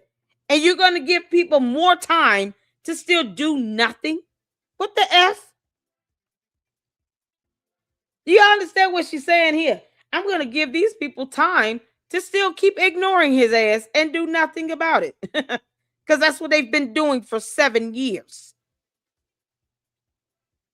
He literally said he's not even opening the bigger bando. He's only focused on the smaller bando, but he keeps raising money as if he's opening both schools. He won't even be able to pass an inspection, but yet and still, she had the opportunity to talk to somebody in the city of Wilmington, the liaison. What's the boy name? Derek something Walker. And not one time did she tell him, you know, those bandos have black mold all over. One of them had a dead bird was found on the inside, and there's a violation report now where it didn't even pass. It was like 4 or 5 good violations on it, and they vacated it. He's not even going to open it. Why don't you all take the building back from him? Not necessarily from him, from K-12 management. Why is he still thinking that he owns the building? It's been 7 years. So these 2-3 people she don't want to name drop, but you got information on me, Marianne, is what you said. You gonna give them more time to still do a damn thing about Umar, who's gonna continue to grift off of the concept that he's opening up a school when he knows he's not. Why do you need more time for them to do nothing? Breakfast Club, from what he told us from February 14, is not computing. It's not adding up at all. And he made it clear to you, your kid's not going to go there for free. How do you think someone below poverty level is going to be able, that's his base, going to be able to afford $600 per child? He made it clear it's not going to be free for your child to go to school there. And then there's another thing that doesn't sit well with me, the school not being accredited. It's like, that makes no sense. But he told you the accreditation that he had, that should be good enough for you to accept and send your child to a school that's not going to be credited. It makes absolutely no sense. So when that child done, and then they can't transfer anything coming from a non-credited school, what future does your child have? Is that okay? Marianne, you know, it's flattering that you're taking my talking points, because I said the same thing. I'm curious as to why you reached out to Angela Yee, but not the actual mayor or the governor, the city commissioner, the city manager, anyone that would be in charge of an inspection, the fire department. Why didn't you reach out to those people and to get them to do something about taking these buildings back from K-12? What is Angela Yee supposed to do? We're still stuck on that part because you never said.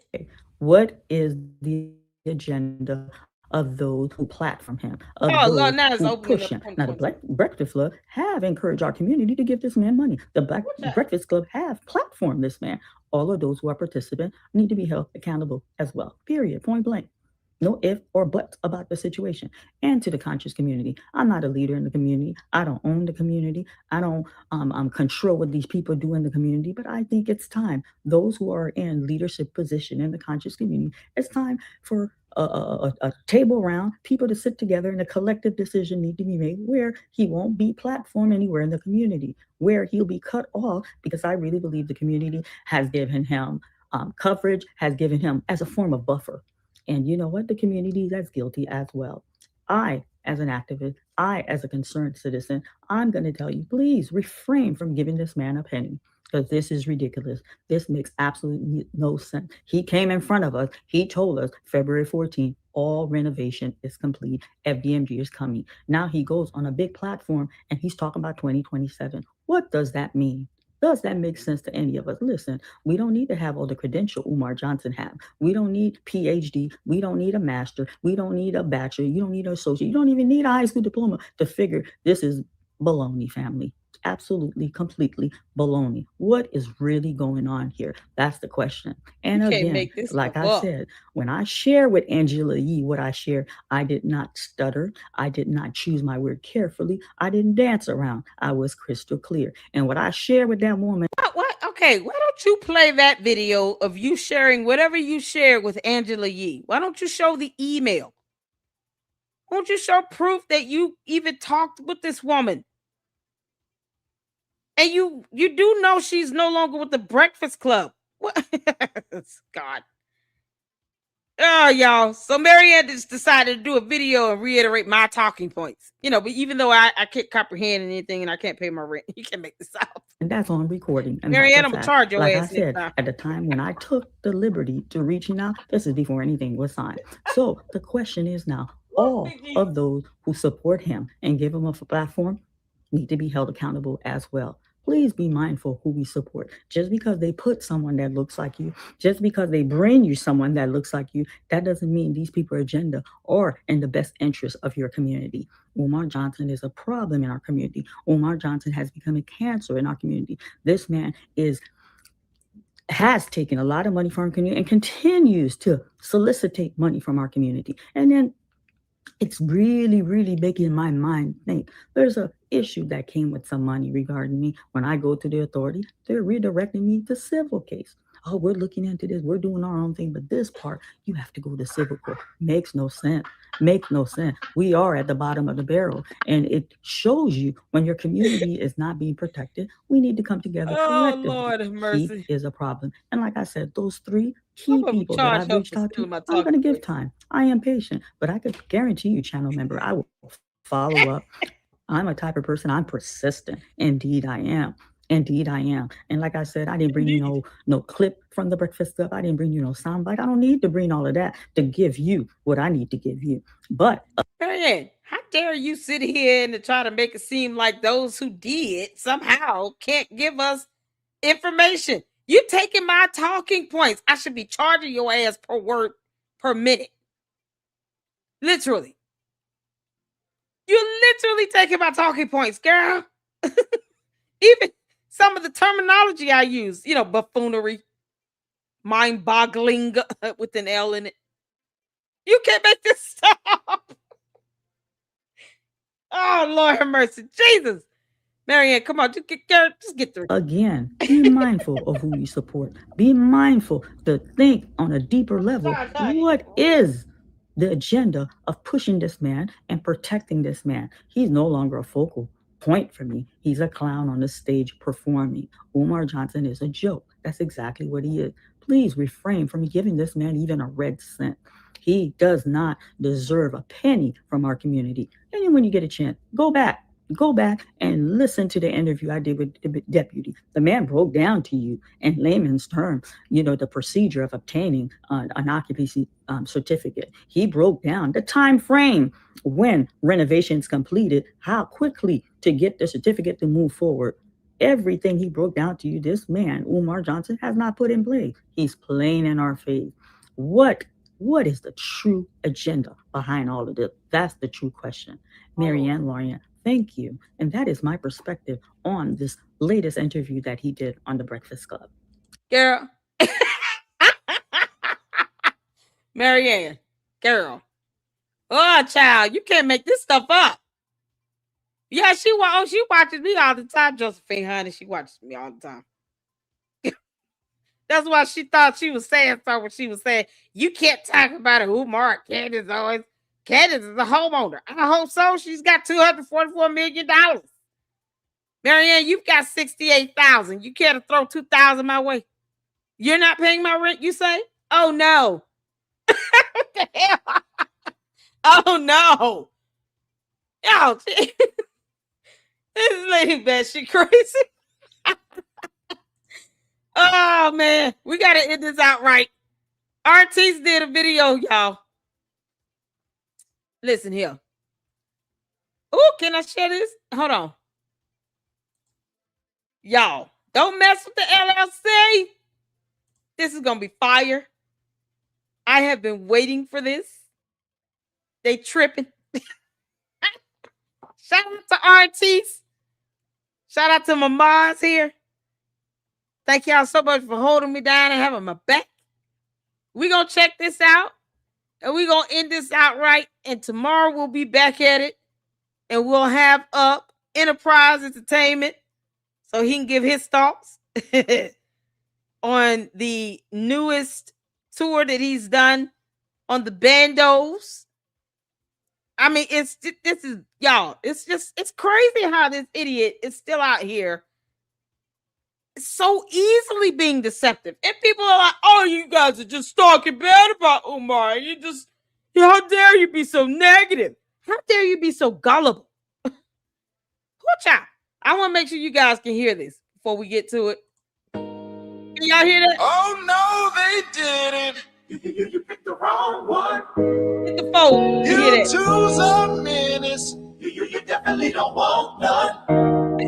MALLS, y'all, it just tripping. Think that you can mess with Lady Luck Club. You must got hit in the head with that change your stick. Stick. Allegedly, I think that y'all have a concussion. LLC, step aside, let the mods handle this. Yeah. Cause they think it's sweet, deny, and try to hide the basic things. Those receipts. Continue with your mama, cause hey, you'll be going.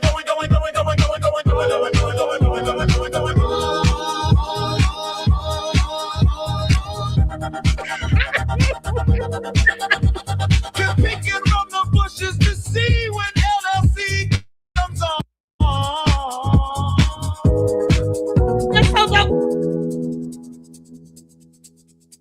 Oh my God.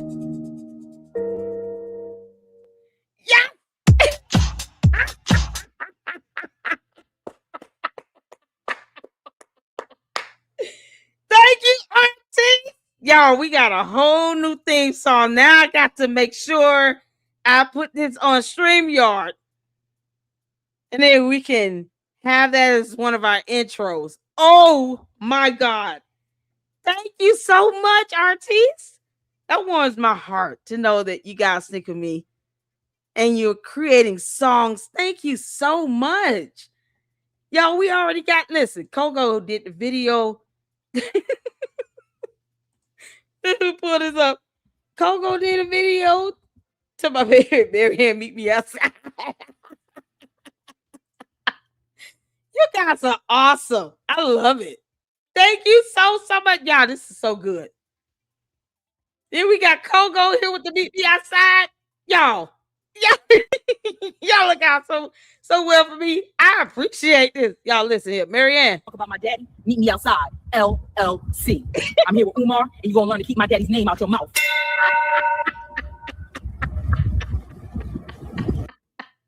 You want to talk about my daddy? Oh, y'all, this has been a delight. Thank y'all so much for having my back. Thank y'all so much for tuning in. I appreciate you all. Shout out to Artiste. This song is good, girl. We're going to end out on this one. I appreciate you so much. Don't mess with the LLC. We're not for play. Marianne, we're not for play, girl. You understand? We're not for play. They didn't. You understand me? Marianne, you paying my rent or what? How we doing this? Y'all hit the like button on the way out. And I will be back at it tomorrow. And if you guys could join me in the next live on Candice, it's going to be short and sweet. I promise you that. It's not going to be long. But until then, you guys, we're going to end out on this. Y'all have a good night. You two's a menace. Hit the like button. You don't want none. You don't want none, girl. MALLS, y'all, it just tripping. Tripping in.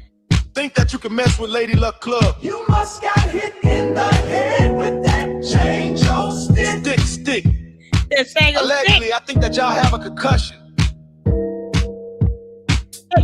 LLC, step aside, let the mods handle this. Let's go. Cause they think it's sweet, deny, and try to hide the basic things, those receipts. Continue with your mama, cause you'll be going.